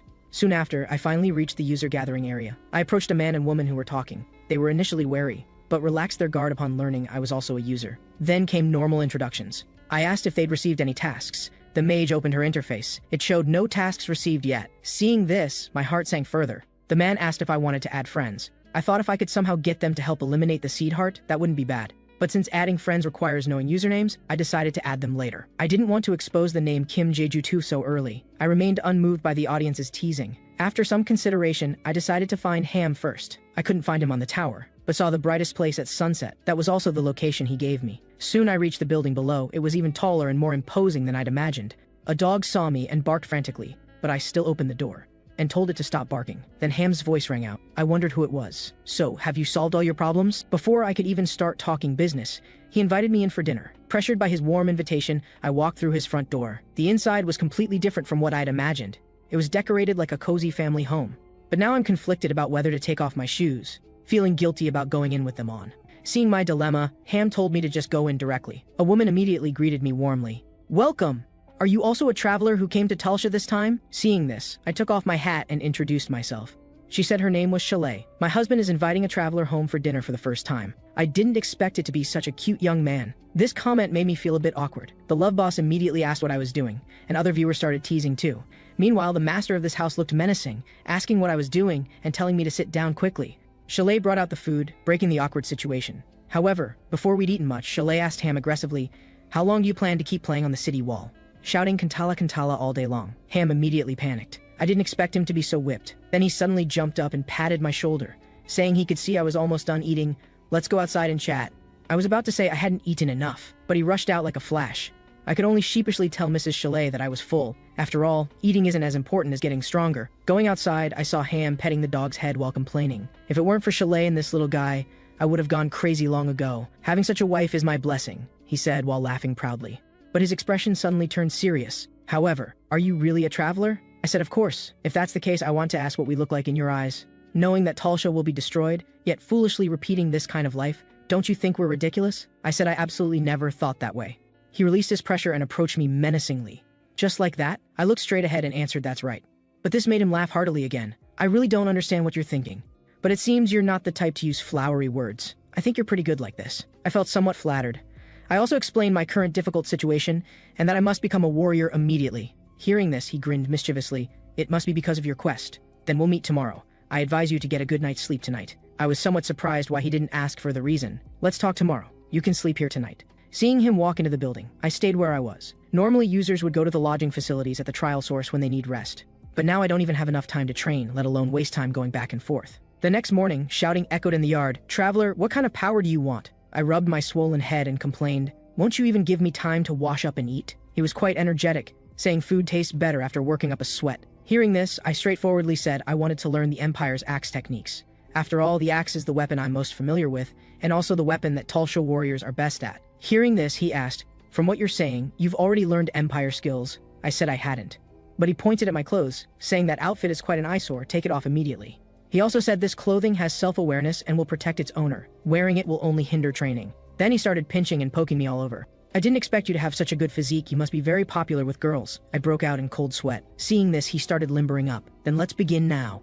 I didn't get to have enough fun when we first met. With that, he threw a punch at me. I quickly dodged to the side, then I pulled back to create distance. "At least give me a heads up before starting. And this looks like you're trying to kill me." However, he showed a sinister smile. "Next target is the leg." After saying this, he whipped his leg at me. I immediately mobilized my magic power to block. The next instant, a loud bang came from my leg. "Didn't you say you hadn't learned any skills? How can you still use natural force?" I told him to stop teasing me, and you said this was training. Cut the chatter. This time, I'm going to smash your head. Seeing I couldn't dodge, I raised my arms to protect my head. A tremendous force transmitted through my hands. I felt like I'd been hit by a 10-ton hammer. He smiled sinisterly again. "It's not over yet. Let me see how long you can hold out." Next, he would announce which body part he was attacking each time, and I could block most of his attacks. But his strength was really no joke. After an hour, my body was covered in bruises, and I really couldn't take it anymore. I fell backward onto the ground. He walked over to me and asked inexplicably, "You said you haven't learned Empire skills, right?" I was breathing heavily, not knowing why he asked this question. Then the system window automatically popped up. "Skill generated, Tasha Combat Arts LV1. How's that? Are you satisfied?" Hearing this, I smiled with relief, feeling that today's beating wasn't in vain. Although I'd watched strategy tower videos, I never expected this skill to be obtained this way. Although the system doesn't explicitly specify, for convenience users have divided skills into two types. Those that need to be actively used are called active skills. Those that trigger passively at any time are called passive skills. Generally speaking, only frequent use of active skills can generate passive skills. And the active skill level needs to be particularly high to have hope. For users, the more passive skills learned, the better, because these skills can improve user combat power without consuming magic power or other resources. This time, I really struck gold. Ham also looked proud at this moment. Seems I didn't waste my effort. Hearing his words, it felt like he wasn't very certain before either. He quickly defended himself, saying he thought I didn't want to get beaten anymore, so I was talking nonsense. Hearing this made me even more certain he didn't have complete confidence before. But I still shouted with full energy, again. After saying this, I charged forward with an arrow step. Ham was also startled. This guy's speed and movements are no less than Talsha warriors. He actually learned to imitate my movements just by watching a few times. Thinking this, the fist had already reached his face. He easily raised his hand to block, then sighed. Seems it's only the momentum that's similar. The attack movements are still very crude. However, my knee had already thrust upward. His body trembled slightly. I smiled proudly. "What were you sighing about just now?" After saying this, I felt a tremendous force from my hand. I was careless. How did I not notice such an obvious move? I immediately regretted it. Seems I shouldn't have provoked him. Actually, I just wanted to see if this skill was useful. But once I rushed out, I changed my mind, because my body felt light as if it could fly. I experienced the feeling of my body moving as I willed for the first time. That's why my confidence exploded. I weakly asked him, "Can you let go of me now?" But his hand gripped even tighter. "If there was an enemy in front of you, would you also ask him to let you go like this?" So next I just kept getting beaten. The attacks came even more fiercely than before. He laughed heartily. "This feels great, don't you think?" I complained bitterly while my body kept shaking. "I think you want to kill me." Then Chalet's voice called out, "That's enough, come eat breakfast quickly."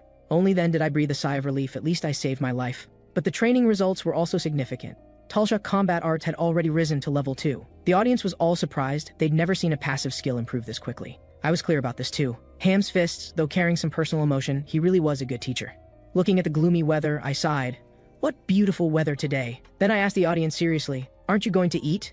These were all old viewers who knew I wanted to change the subject.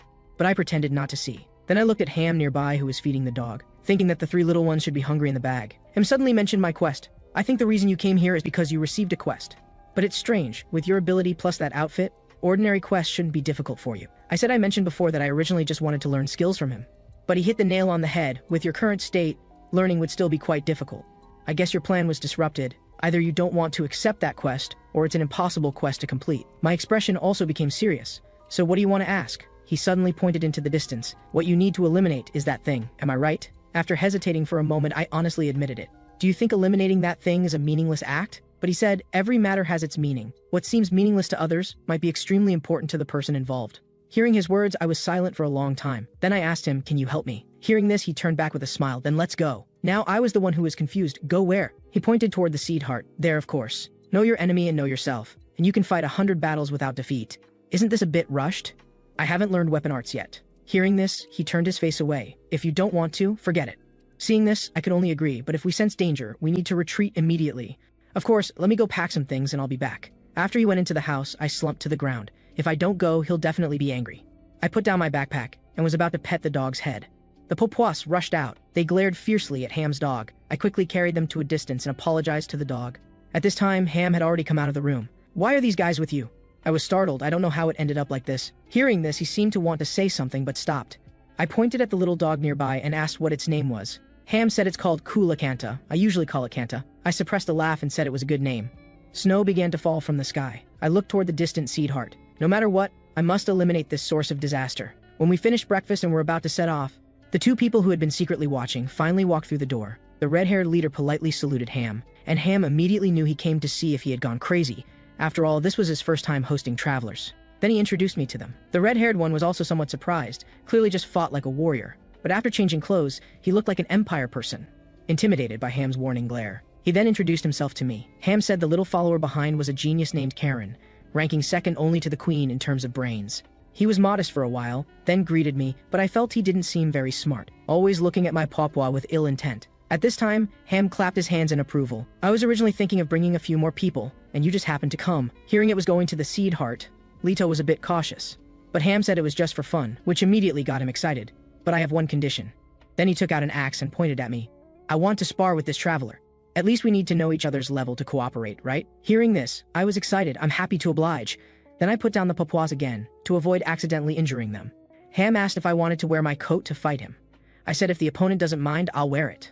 Leto was puzzled, and Ham briefly explained. "His coat is like it's alive." Leto was somewhat disdainful. "You're worried about me just because of this? Also get him a weapon." I said it wasn't necessary. Suddenly he was startled, seeming to hear a snake's hissing sound. But there's no snake here. When he looked up, an axe had already appeared in my hand. He became even more disdainful. "Are you imitating our Talsha warriors?" I said this was originally my usual weapon. Although he didn't say it, seeing the axe's style, he still questioned me. "If that's the case, then let's start fighting." With that, he leaped in front of me in 2 or 3 steps.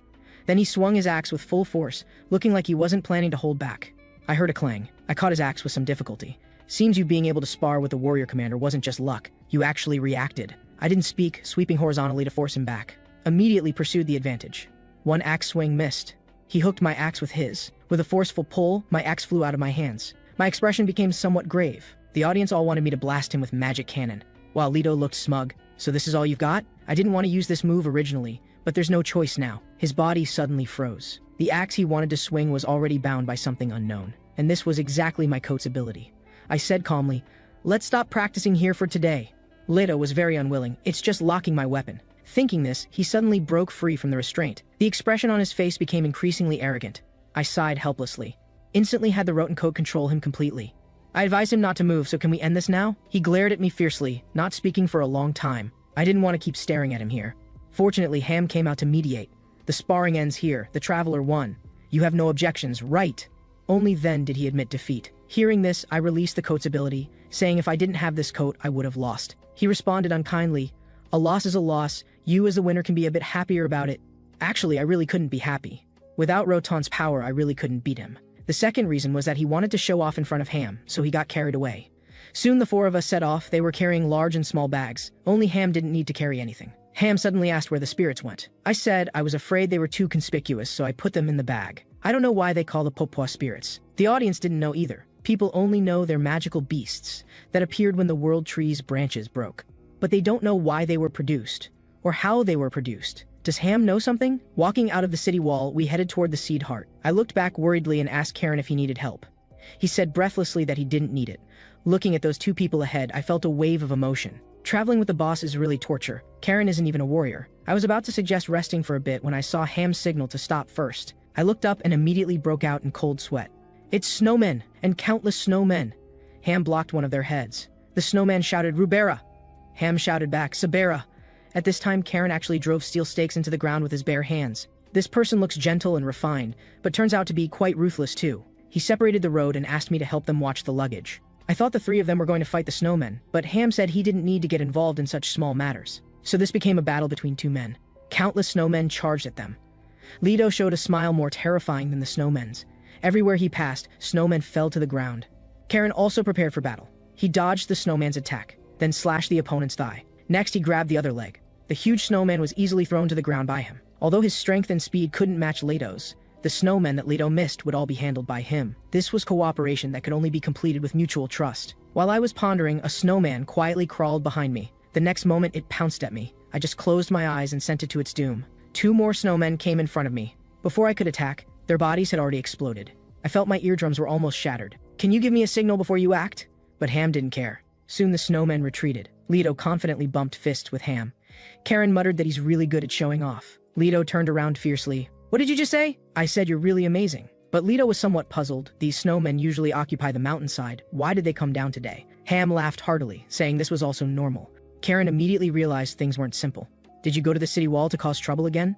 Ham showed a proud expression. That's right, just when you were soaking in the tavern. Karen's mouth twitched. Please don't play around like this anymore. Now everyone regards the Traveler as a savior. Even if you advance the time of destruction, you'll only lose public support. Ham seemed to have been told this before. Anyway, Talsha is destined to be destroyed. Sooner or later, it's all the same. I also heard key information from this. Normally, the seed heart needs a year to bloom. What I saw on the city wall before wasn't even half of a mature body. Logically, that thing still needs at least half a year before blooming. From this perspective, Talsha's early destruction is because of Barham.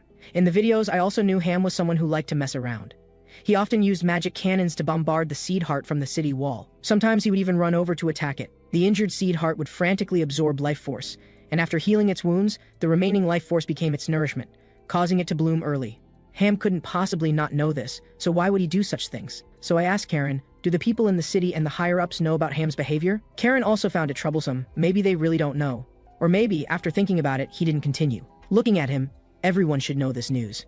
After all, few people in Talsha have enough power to suppress all information. On the road, Ham suddenly asked if I knew why specific areas around Talsha had no snow.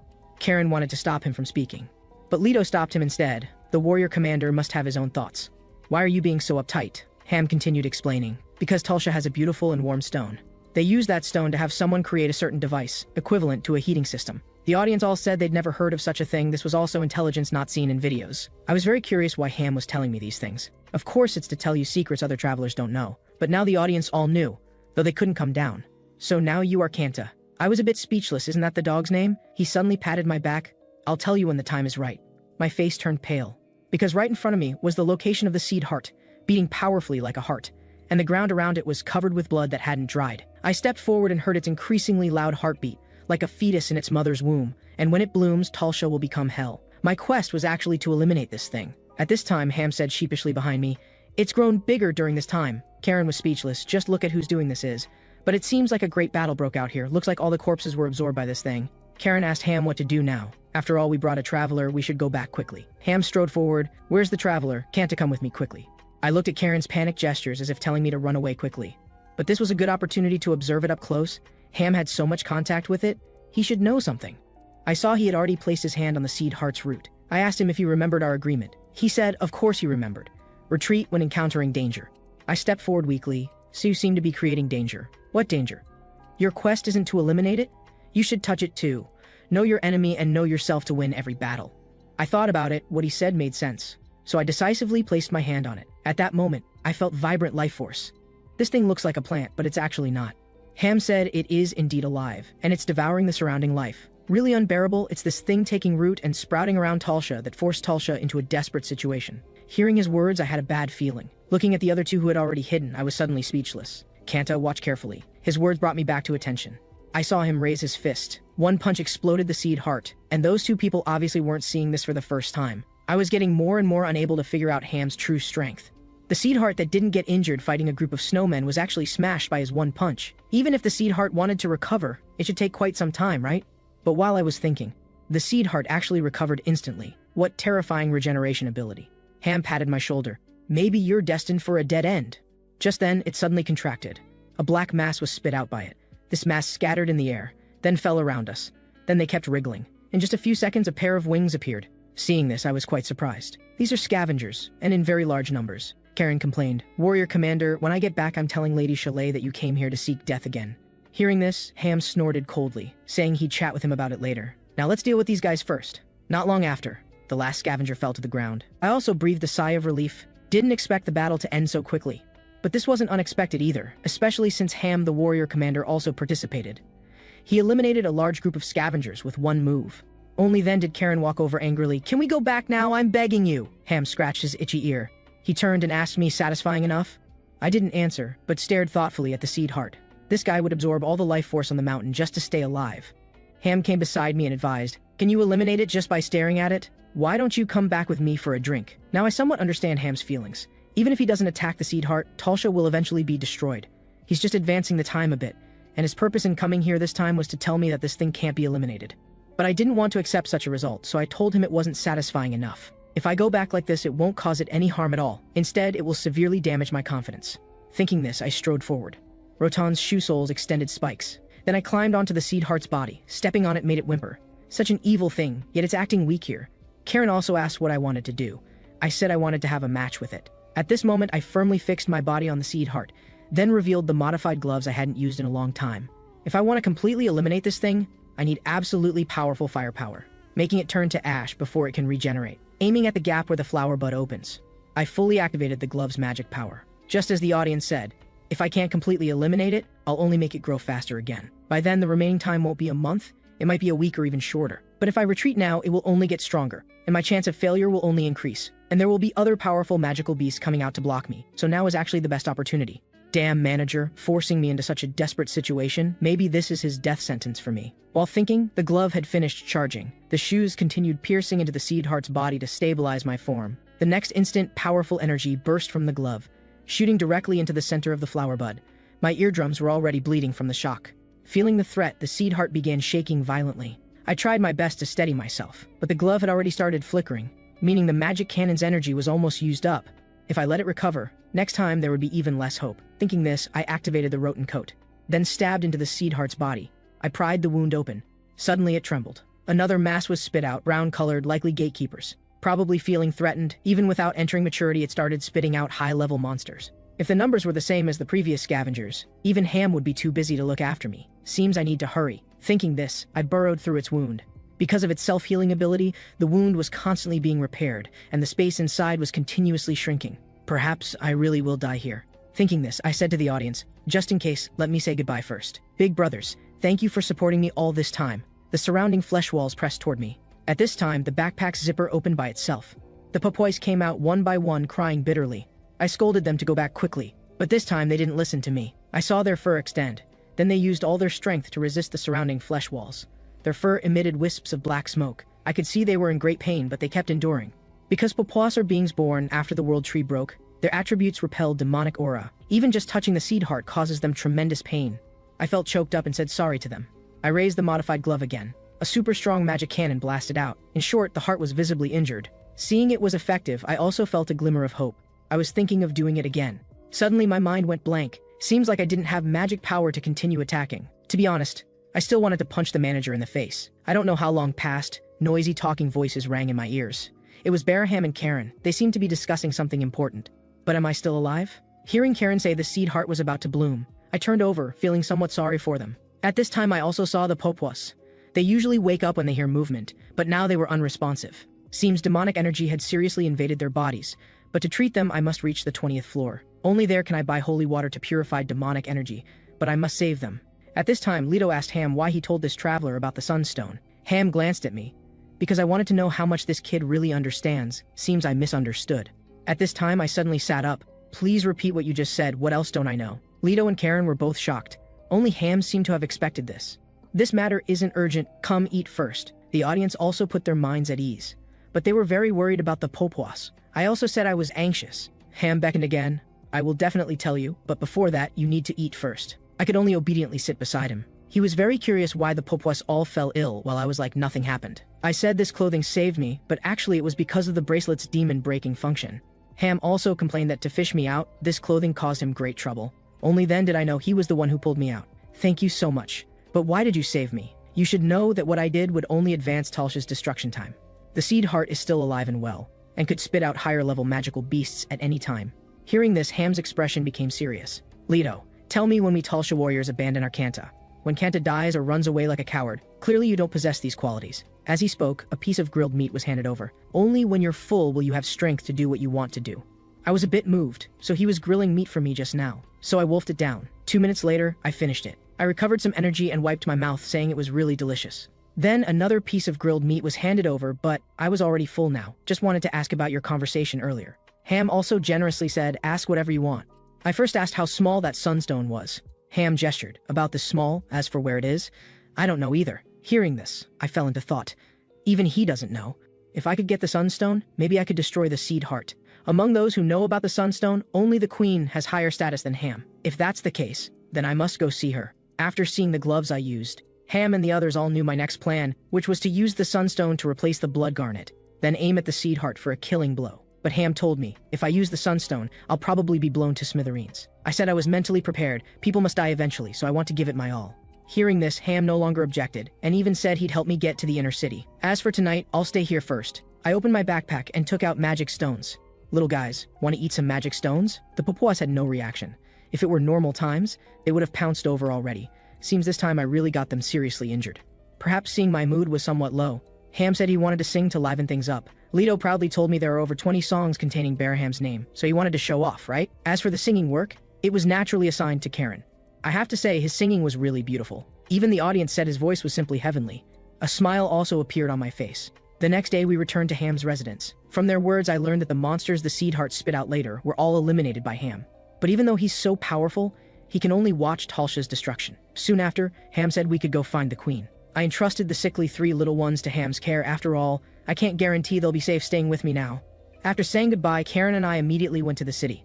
In my hurry, I walked ahead and almost gave myself away. Kanta, why are you walking in front of me? Do you know the way? I said I'm just naturally a fast walker, but there's no time to worry about that now. This morning, the Heart of Seeds had already bloomed 3 petals, with less than 2 days left until it fully opens. At this moment, the audience asked if I would turn off the live stream like last time. I said no, this time I need everyone's help. Shamelessly, I told them, big brothers, give me some gold coins. You've all stopped tipping lately. Do you think I'm going to die here? They've indeed been giving me very few gold coin tips recently. Especially after I received the mission to eliminate the Heart of Seeds, not a single person has tipped me. After all, they're users just like me. While they genuinely worry about my safety, they'll definitely make the right judgment, believing that I'm doomed and no longer worth investing in. Thinking about this, my fists unconsciously clenched tight. At this moment, soldiers blocked Karen outside, saying only travelers could meet the queen, and Lord Karen must wait outside. Hearing this, Karen found it unbelievable. I told him it was fine, I could go in by myself. Before entering, I boldly declared to the audience, after clearing the 15th floor, I'll reach the 20th floor as fast as possible. The audience thought I was just fooling them, still believing I was heading to certain death. This gave me quite a headache. The more I talked, the more it would deepen their doubts. After entering, I bowed respectfully. Before me stood Queen Talsha, ruler of the North. How peculiar, Belaham actually recommended a traveler to me. Speak up. What's your purpose in coming here? I directly stated that I needed the Sunstone to eliminate the Heart of Seeds, but she said she didn't need my help. With that, her scepter struck the ground heavily, because even with your help, our fate doesn't seem like it would change. Hearing this, I insisted again that she must give me the Sunstone, because I know the secret of the Sunstone. Upon hearing this, she was clearly angered. Then let's hear it. If you speak even half a word of nonsense, I'll take your life immediately. Indeed, this person was as imposing and inviolable as I remembered. I heard that the god of victory, Enian, thought the Tulsha people were very pitiful, so he bestowed the Sunstone upon Tulsha, but that's not actually true. Suddenly soldiers came up and seized me, with an axe blade pressed against my chest. The queen stared at me coldly. It seems you didn't hear clearly. If you speak nonsense, I'll execute you on the spot, but I smiled. I know who your son is. Her expression changed dramatically. Then she ordered the soldiers to leave the room. Continue speaking, I'll just treat it as listening to a dog bark. Hearing this, I wasn't offended, and directly stated that there's a document about the Sunstone in the Empire's imperial city. Actually, you're the mother of Lydia Toplas. Due to certain political issues, you were driven to this barren northern region. The Emperor, unable to bear it, sent the Sunstone, this divine artifact, here along with you. After hearing my words, she fell silent. Only her staff kept tapping the ground. But I don't have much time left now. After a moment, she said, I didn't seem to be speaking nonsense, but what if I just don't give you the Sunstone? Hearing this, I instantly felt depressed. If you don't give it to me, I'll make the truth public and let everyone know. She laughed instead of getting angry. Do you think anyone would believe what you say? If I eliminate you right here, even fewer people would know about this matter. Hearing this, I didn't dare speak further. And somewhere I didn't know about, someone was so angry they nearly bit through their back teeth. I said, if you kill me, those friends who like me won't let it slide. You know that traveler's live stream, right? She also said she knew that 9 out of 10 travelers get abandoned by their audience and eventually can't even live stream. I think you're that 9 out of 10. Guards, drag him out. I didn't expect her to be so sudden. At this moment, an electronic voice rang out. Ill-mannered bastard. It was the love who tipped 5,000 gold coins to output this electronic voice. The queen was also stunned by this voice. I seized the opportunity. Your information network is extensive. You should quickly understand that I've been live streaming all along. But she asked what that person just said. I relayed that she hoped the great Queen Tulsha would show great mercy. Fortunately, electronic voices aren't directly translated. She looked suspicious. That sentence clearly wasn't that long. I explained she used relatively concise wording. Hearing this, she waved for the soldiers to withdraw. At this moment, the love boss output another voice. This person really can talk nonsense. I immediately translated, she wishes you eternal glory in the future. And I was secretly laughing. Old woman, someone's cursing you and you don't even know, plus you can't kill me. Then she asked how many people watch my live stream. I answered without hesitation, 2,000 people. If they find users on the 5th floor to confirm the truth of this matter, they'll spread the rumors. She interrupted me, you win, no need to provoke me further. I also know that once this matter spreads, everyone will definitely look at me differently. Come here, I'll tell you where the Sunstone is. Shortly after I left the palace and the wound on my neck was also healed. Only Karen seemed to have left first, saying he had news to tell the travelers. I thank the audience, thank you big brothers. Without your tips, I would have failed. Actually, it was all the love boss's doing. She sent another voice message, don't misunderstand, I just didn't like that queen, but I still have to thank you. Otherwise, I'd be dead for sure. Actually, maybe not necessarily. I would have escaped and then searched slowly, just don't know if I could have found it. Soon after, I met Ham. You really played me around, didn't you say you didn't know? Now I've got the queen's permission, give me the thing. Actually, the Sunstone was at Ham's house, but from his position, he couldn't just give it to me casually. After entering the house, I immediately saw the 3 little ones. They were blacker than before, and the contamination was still spreading continuously. Ham said they were originally kept in the inner room, but in the blink of an eye they ran here. It seems they can still move around. Thinking about this, I took out a magic stone to see if they'd eat it. Ham suddenly approached. Do you know why spirits love eating magic stones? Actually, it's not that they like eating them, but because of instincts carved into their bodies. They eat magic stones to store energy, so when the time comes they can perform rescue. Although he didn't say rescue what, I knew it was the world tree. Soon after we came to a door. Ham told me to turn off the livestream before entering, or I'd die if I wanted to. Although the audience all wanted to see what was inside, I still turned off the livestream. After entering, I saw a dazzling array of books, but Ham said he'd hardly read any. I saw him lift up a bookshelf, then beckoned me to follow in. It seemed no one but him could open this passage. Inside was a staircase passage. Although there wasn't a single lighting tool here, every step could be seen clearly. When we reached underground, I was blinded by the brilliant light. This was the heating device for the entire process, and the thing in the middle was the Sunstone I'd been desperately seeking. I watched Ham perform a series of operations. The glass cover was opened. Ham took the thing down and asked if I would regret it. I said I'd only regret it if I couldn't eliminate the demon flower. His hand applied slight pressure. Do you think we aren't? It seems you've already tried. Even if you eliminate that thing, you'll still wake up at the same time. Ham sighed. Perhaps that's just our fate. Her Majesty the Queen probably accepted this before agreeing to give you the thing, and I finally extracted the Sunstone. As long as it's something I can do, no matter what, I must try my best. But eliminating the Heart of Seeds doesn't mean the battle is over. Before dying, it will spit out many monsters. Learning that Ham would handle the aftermath for me, I was truly grateful. Ham also sighed, looking at this guy's expression. You'd think he could revive like us. Now it's time to do what we can. Karen emerged from the side. "Gather everyone, we're going to war." After receiving the order, Karen cheerfully walked into the house. He was somewhat concerned about Bobboboys and the others, but the next moment his expression changed dramatically. Meanwhile, on the other user's side, yesterday the warriors' attitudes were all good, but today they casually assigned them a task, and then this floor was considered cleared. Of course, the rewards were also pitifully small. Then a window popped up in front of them. The trial source has generated a teleportation gate. Although the audience would only curse him, Jung Sang-yuk still opened his live stream. Following the audience's instructions, he came to the city wall. But being nearsighted, he couldn't see the changes in the Heart of Seeds at all. Little did he know the Heart of Seeds had now bloomed 6 petals. Some audience members told him to run quickly. The surrounding warriors were all busy with something. This made the audience very curious. Jung Sang-yuk said proudly, "You don't tip me gold coins and bully me all day. I might as well just turn off the livestream." Hearing this, the audience rushed to tip him. "Quick, follow them." Humming a tune and pulling his teammate, he walked happily on the city wall. Soon he saw that the warriors below the city had assembled. Jung Sang-yuk was curious. Is this a war between warriors? Some audience members told him to escape, but others wanted him to stay and watch the show. And he was also someone with heavy curiosity. So he patted his chest and guaranteed he'd risk his life to follow this battle. But you understand, right? So he successfully earned another wave. Then he told the woman to go to the teleportation gate first, just as they were chattering. A pillar of light rose in the distance, shooting straight to the sky, and in a certain room, a woman stared at the screen lying on a sofa. Suddenly the door was opened. "Big brother, what are you busy with? Why didn't you go to the team gathering?" The woman scratched her belly and responded roughly, "I told you not to call me big brother anymore. What's the point of attending those gatherings? They're all just a bunch of guys who don't plan to leave here and only want to enjoy themselves." Red hair didn't mind. "The love, big brother, you know this place is much better than Earth." Suddenly, a sharp rebuke made Red Hair shut up. "Can you get lost? I'm extremely irritated right now." After Red Hair left, the woman looked worried. "Kim Jae-ju, you're really a madman." And at this moment, I was walking through the snow.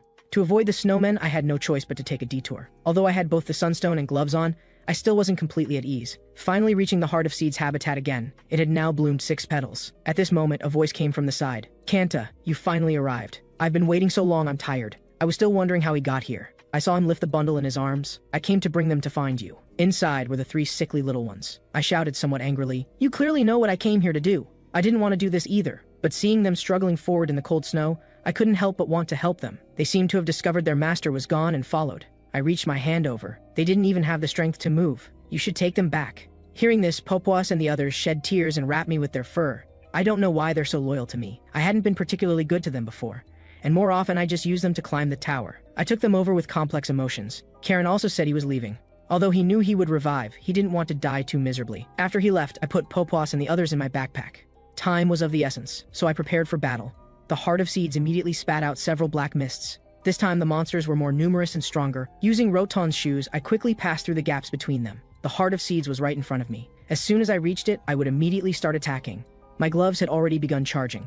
A monster blocked my path. I activated the coat's ability, flipped and leaped above the Heart of Seeds. After successfully stabilizing, I continued charging my ultimate move. I had to hurry before the Guardians arrived. Suddenly I felt a coolness on my cheek. Bobboboys and the others had actually come out. With such frail bodies, why come out now? I saw Lasha smile and call out Bobboboys to me, as if saying she wanted to fight alongside me. I suddenly felt like crying, but I couldn't relax now. I felt the enormous energy transmitted from the gloves. Blood flowed from my nose and mouth. The Guardians had also arrived behind me. But it was too late, you monsters. With that, a pillar of light shot up to the sky. The surrounding Guardians were swallowed by the light one by one. Then I found myself in darkness. I thought memories would flash before my eyes like a slideshow before death. But I couldn't see anything now, and my eyes felt like they were being burned. I felt my whole body was on fire, about to melt and evaporate the next second. But that kind of pain didn't last long. When I opened my eyes again, I saw a boy with his back to me. No matter how I ran, the distance between us didn't seem to close. When he turned around, I saw clearly. It was my childhood self. At this moment, there was the sound of glass shattering behind me. When I turned around, the light was very dazzling. A massive figure appeared. He shouted Bobboboys at me, and at Talsha's city wall. Because I blew up the Heart of Seeds, countless black orbs shot from the Heart of Seeds toward the city wall. The black orbs became various monsters upon hitting the ground. Fortunately, Ham had already assembled the warriors. They resisted the monsters' invasion. The 2 travelers were also scared out of their wits, only now realizing they wanted to escape. But there was a huge noise behind them. Driven by curiosity, Jung Sang-yuk still chose to stay and watch. A white light appeared in the deep pit. The outline of that white light looked somewhat like a person. When I first woke up, I saw the audience sending various bullet comments saying I was cheating. Others said they wanted to catch Bobboboys. And the 3 little ones were looking at me with tears in their eyes. I sat up abruptly. The love boss told me to turn on mosaic mode, and I was still in shock that I was actually alive. But why had these 3 little ones become so small? What the audience said was all strange. I looked down at my body. Only then did I discover I was completely naked and wet. The love sent another voice output, "No, you need to turn on mosaic mode quickly." It took me a long time to react. I hurriedly turned on mosaic mode. It seems my reputation for life is completely ruined. Looking at the debris on the ground again, fragments of Roton's equipment were still writhing, so they could still be used, but the modified gloves seemed completely destroyed. But where did that most important thing go? Suddenly I had a strange thought. Big brothers, could I have eaten the sunstone? These guys actually had the mood to tease me, although they couldn't see my expression now. It turns out when I fired the super magic cannon, I also blinded the audience's eyes. When the scene returned to normal, they saw Bobboboys and the others lengthen their fur and wrap me up, which is why they became so small, but they were also near death. At that time, Lasha ate the sunstone. Then he licked Koden and Belin with his saliva, so they miraculously came back to life. Then Bobboboys and the others licked me when I was dying, and they licked for over 10 minutes. Hearing this made me blush, but I thought about Talsha's situation, wondering if it was still safe now. I just saw many monsters being spat out. Even Balaham couldn't eliminate so many monsters. Then I'll go over now. With a push of my foot, my whole body shot out. This scared even myself. Why could I jump so high? So before long, I appeared above the monster army. Those unfortunate creatures were directly crushed to powder by my powerful impact force. Actually, I didn't want to be so high profile, but it was really hard to control. Before I could think of my next move, the boiling magic power in my body had already surged out ahead of time. Someone told me to go directly to the trial source teleportation to leave. But I don't want to be such a shameless person. Looking at the monsters surrounding me from all sides, I wasn't afraid at all. And Ham under the city wall was watching this way. Karen also remembered that legendary great warrior. Legend says the great warrior wore snow-white fur armor, his whole body radiating dazzling light, and could shatter the ground with his fists. But that was only a figure who would appear in legends. But Ham smiled confidently. That's the savior who can restore Talsha's former glory. At this moment, someone mocked, the Sun Warrior Commander actually still believes such rumors. I advise you to abandon such childish thoughts. That guy must be like a monster wanting to destroy Talsha. Ham and the other looked at him coldly, then continued ignoring him. Karen, with your good memory, you must still remember the great warrior's name. Karen thought for a moment before saying, the great warrior was called Lakanta. The great warrior described in the story looked exactly like this. Those guardians and blue cockroaches that surrounded me were all no match for me in a single exchange. During this period, Talsha's battle level rose to 3. I didn't expect I could still level up in my current state. While I was thinking, those guardians prostrated themselves on the ground one by one. The audience thought they were about to surrender. Then they saw things slowly drilling out from their bodies.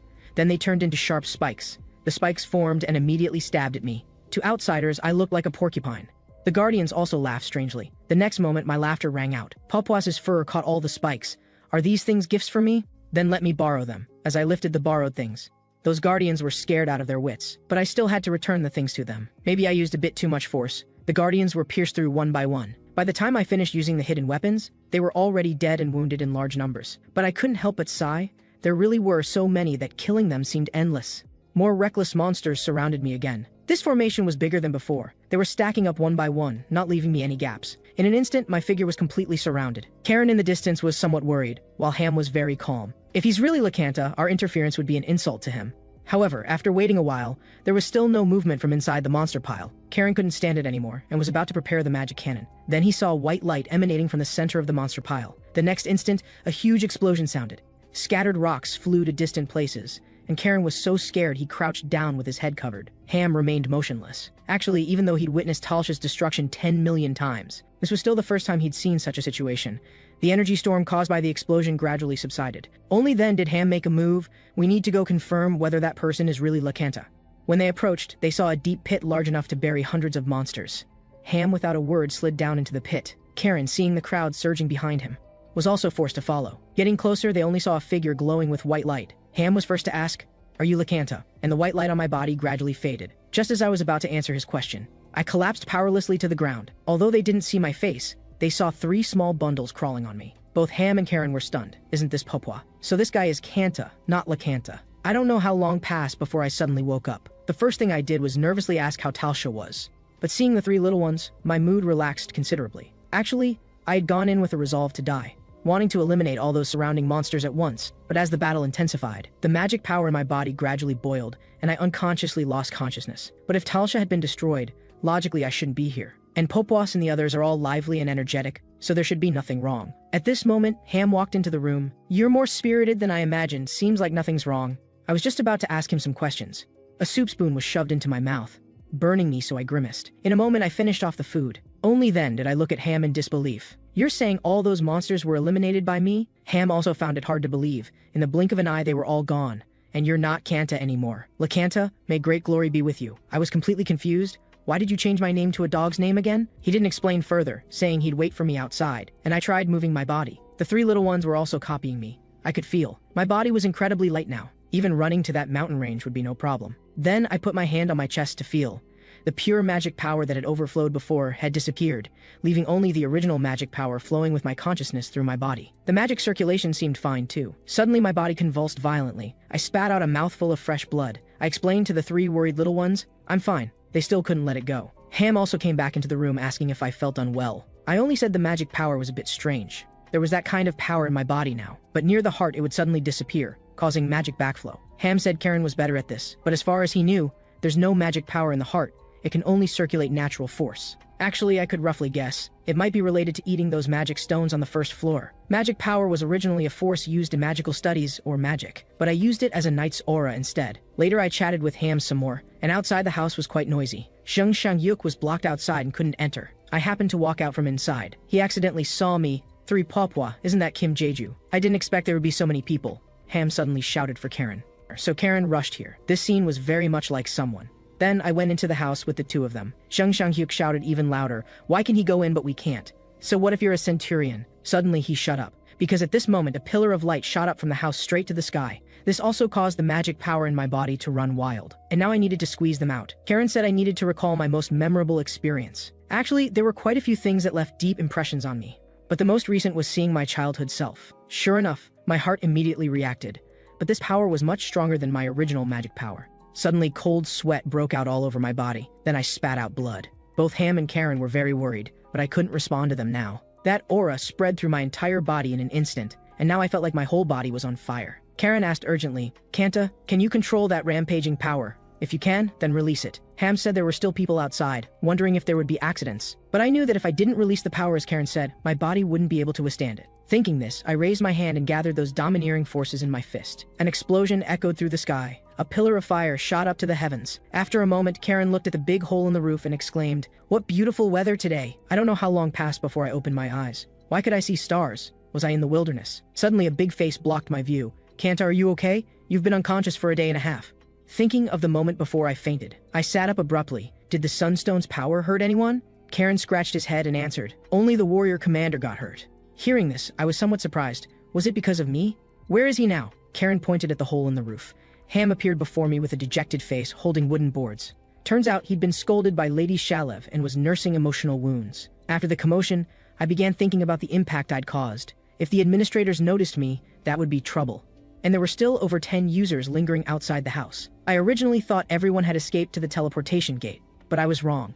Actually, the trial source has a system called the Hall of Fame, which ranks users based on task difficulty and other factors. After the 15th floor closes, the Hall of Fame gives rewards to the top 3 and publishes their usernames. Originally, I planned to use the Hall of Fame to attract a wave of audience, and after they followed me, I could get attention rewards. But now I possessed an unknown power, which made me a thorn in the side of those corrupt vested interest groups in the tower. If they noticed me, both Popoas and I would be in danger. This way, the Hall of Fame would become my death warrant instead. What worried me more was that there might already be such people among my audience. Previously, no matter what tricks the administrators pulled, I was confident I could resolve them. But now it's different. The power in my body isn't stable, the mechanical gloves are broken, and the Rodonto equipment is regenerating. Who knows when it'll recover? If someone wants to play tricks, now is undoubtedly the best time to strike. The audience were also curious, because after I woke up, I just kept rolling around on the bed. Fortunately, Popoas could keep these audience members well. I have to say they're really cute. Suddenly I wondered if I could train them into combat power. The next moment, I extinguished this thought. After all, I had no confidence in this method, and I really couldn't bear to have them fight. Now there were still 4 days until the 15th floor closed. I had to use this time to make myself stronger. Currently, the most practical thing was to improve Talsha combat techniques. I'd already reached level 4 from fighting monsters before, but passive skills are hard to improve. For this I could only trouble Ham again. He mocked mercilessly. "After experiencing such brutal combat, you still don't feel satisfied? But can you handle it in your current state?" I retorted. "Didn't you say I was like the great warrior Lakanta? I can understand if you're scared. Otherwise, a fist the size of a sandbag came straight at my face. You'd better think this through. The clothes that protected you before are already broken." Seeing this, I remained stubborn. Last time we sparred, I wasn't wearing those clothes either. Although many people were watching now, I couldn't care about that much. People looking for me would come find me sooner or later anyway. So for the next few days, I sparred with Ham. Finally, the day before the 15th floor closed, my Talsha combat technique improved to level 5. Meanwhile, at a certain place on the 70th floor, the love boss was very unhappy about having to go somewhere. Red hair didn't know what she was dissatisfied about. Didn't you hear what the administrator said? Earth is about to explode soon. Anyway, be careful when talking to the captain later, because she seems very angry about that matter. Soon the two arrived at a villa. The person they met was none other than Crit's captain. Red hair Park Ji-yu asked curiously why the others weren't around. The blonde captain smiled kindly. Recently, everyone's been too busy to gather together. Let's eat first. Oh right, Miss Jiang Xiaoya, I heard you often watch newbie live streams. Jiang Xiaoya glared at red hair. That's right. Is there a problem with that? The blonde captain maintained her smile. There's something I think is very suitable for you to do. Jiang Xiaoya saw her smile and knew her mood wasn't ordinary. Let's hear what it is first. There are changes on the 5th floor. I heard not only did they change emperors, but even the residents' mentality changed. Jiang Xiaoya spread her hands, wanting to decline. The blonde immediately stabbed the table with her dinner knife. Jiang Xiaoya was startled. Are you putting on an act now? Are you finding it troublesome? Jiang Xiaoya forced herself to stay calm. What exactly do you want me to do? The blonde captain revealed a sinister smile. If this matter really is a user's doing, then you find a way to eliminate that person. On the last night in Talsha, Bobboboys and the others ate their fill with open stomachs. It seems the magic stones Karen sent over were of good quality. Since I was leaving tomorrow morning, I should confirm the rewards now. Generally speaking, with administrator interference, the rewards are very generous. What worried me were those guys targeting me. If I live-streamed, it would only reveal more intelligence. But not turning off the livestream would leave them with the impression that I was very vigilant. After thinking for a moment, I decided to make it public. A large gift box appeared out of thin air. The first reward was indeed 5,000 gold coins again. Next was a subspace backpack with a 500 kilograms weight limit. Finally, Roton's leather jacket. I heard that wearing this makes you see double vision. The audience also said this thing was garbage, but I decided to try it on anyway. After putting it on, I looked around.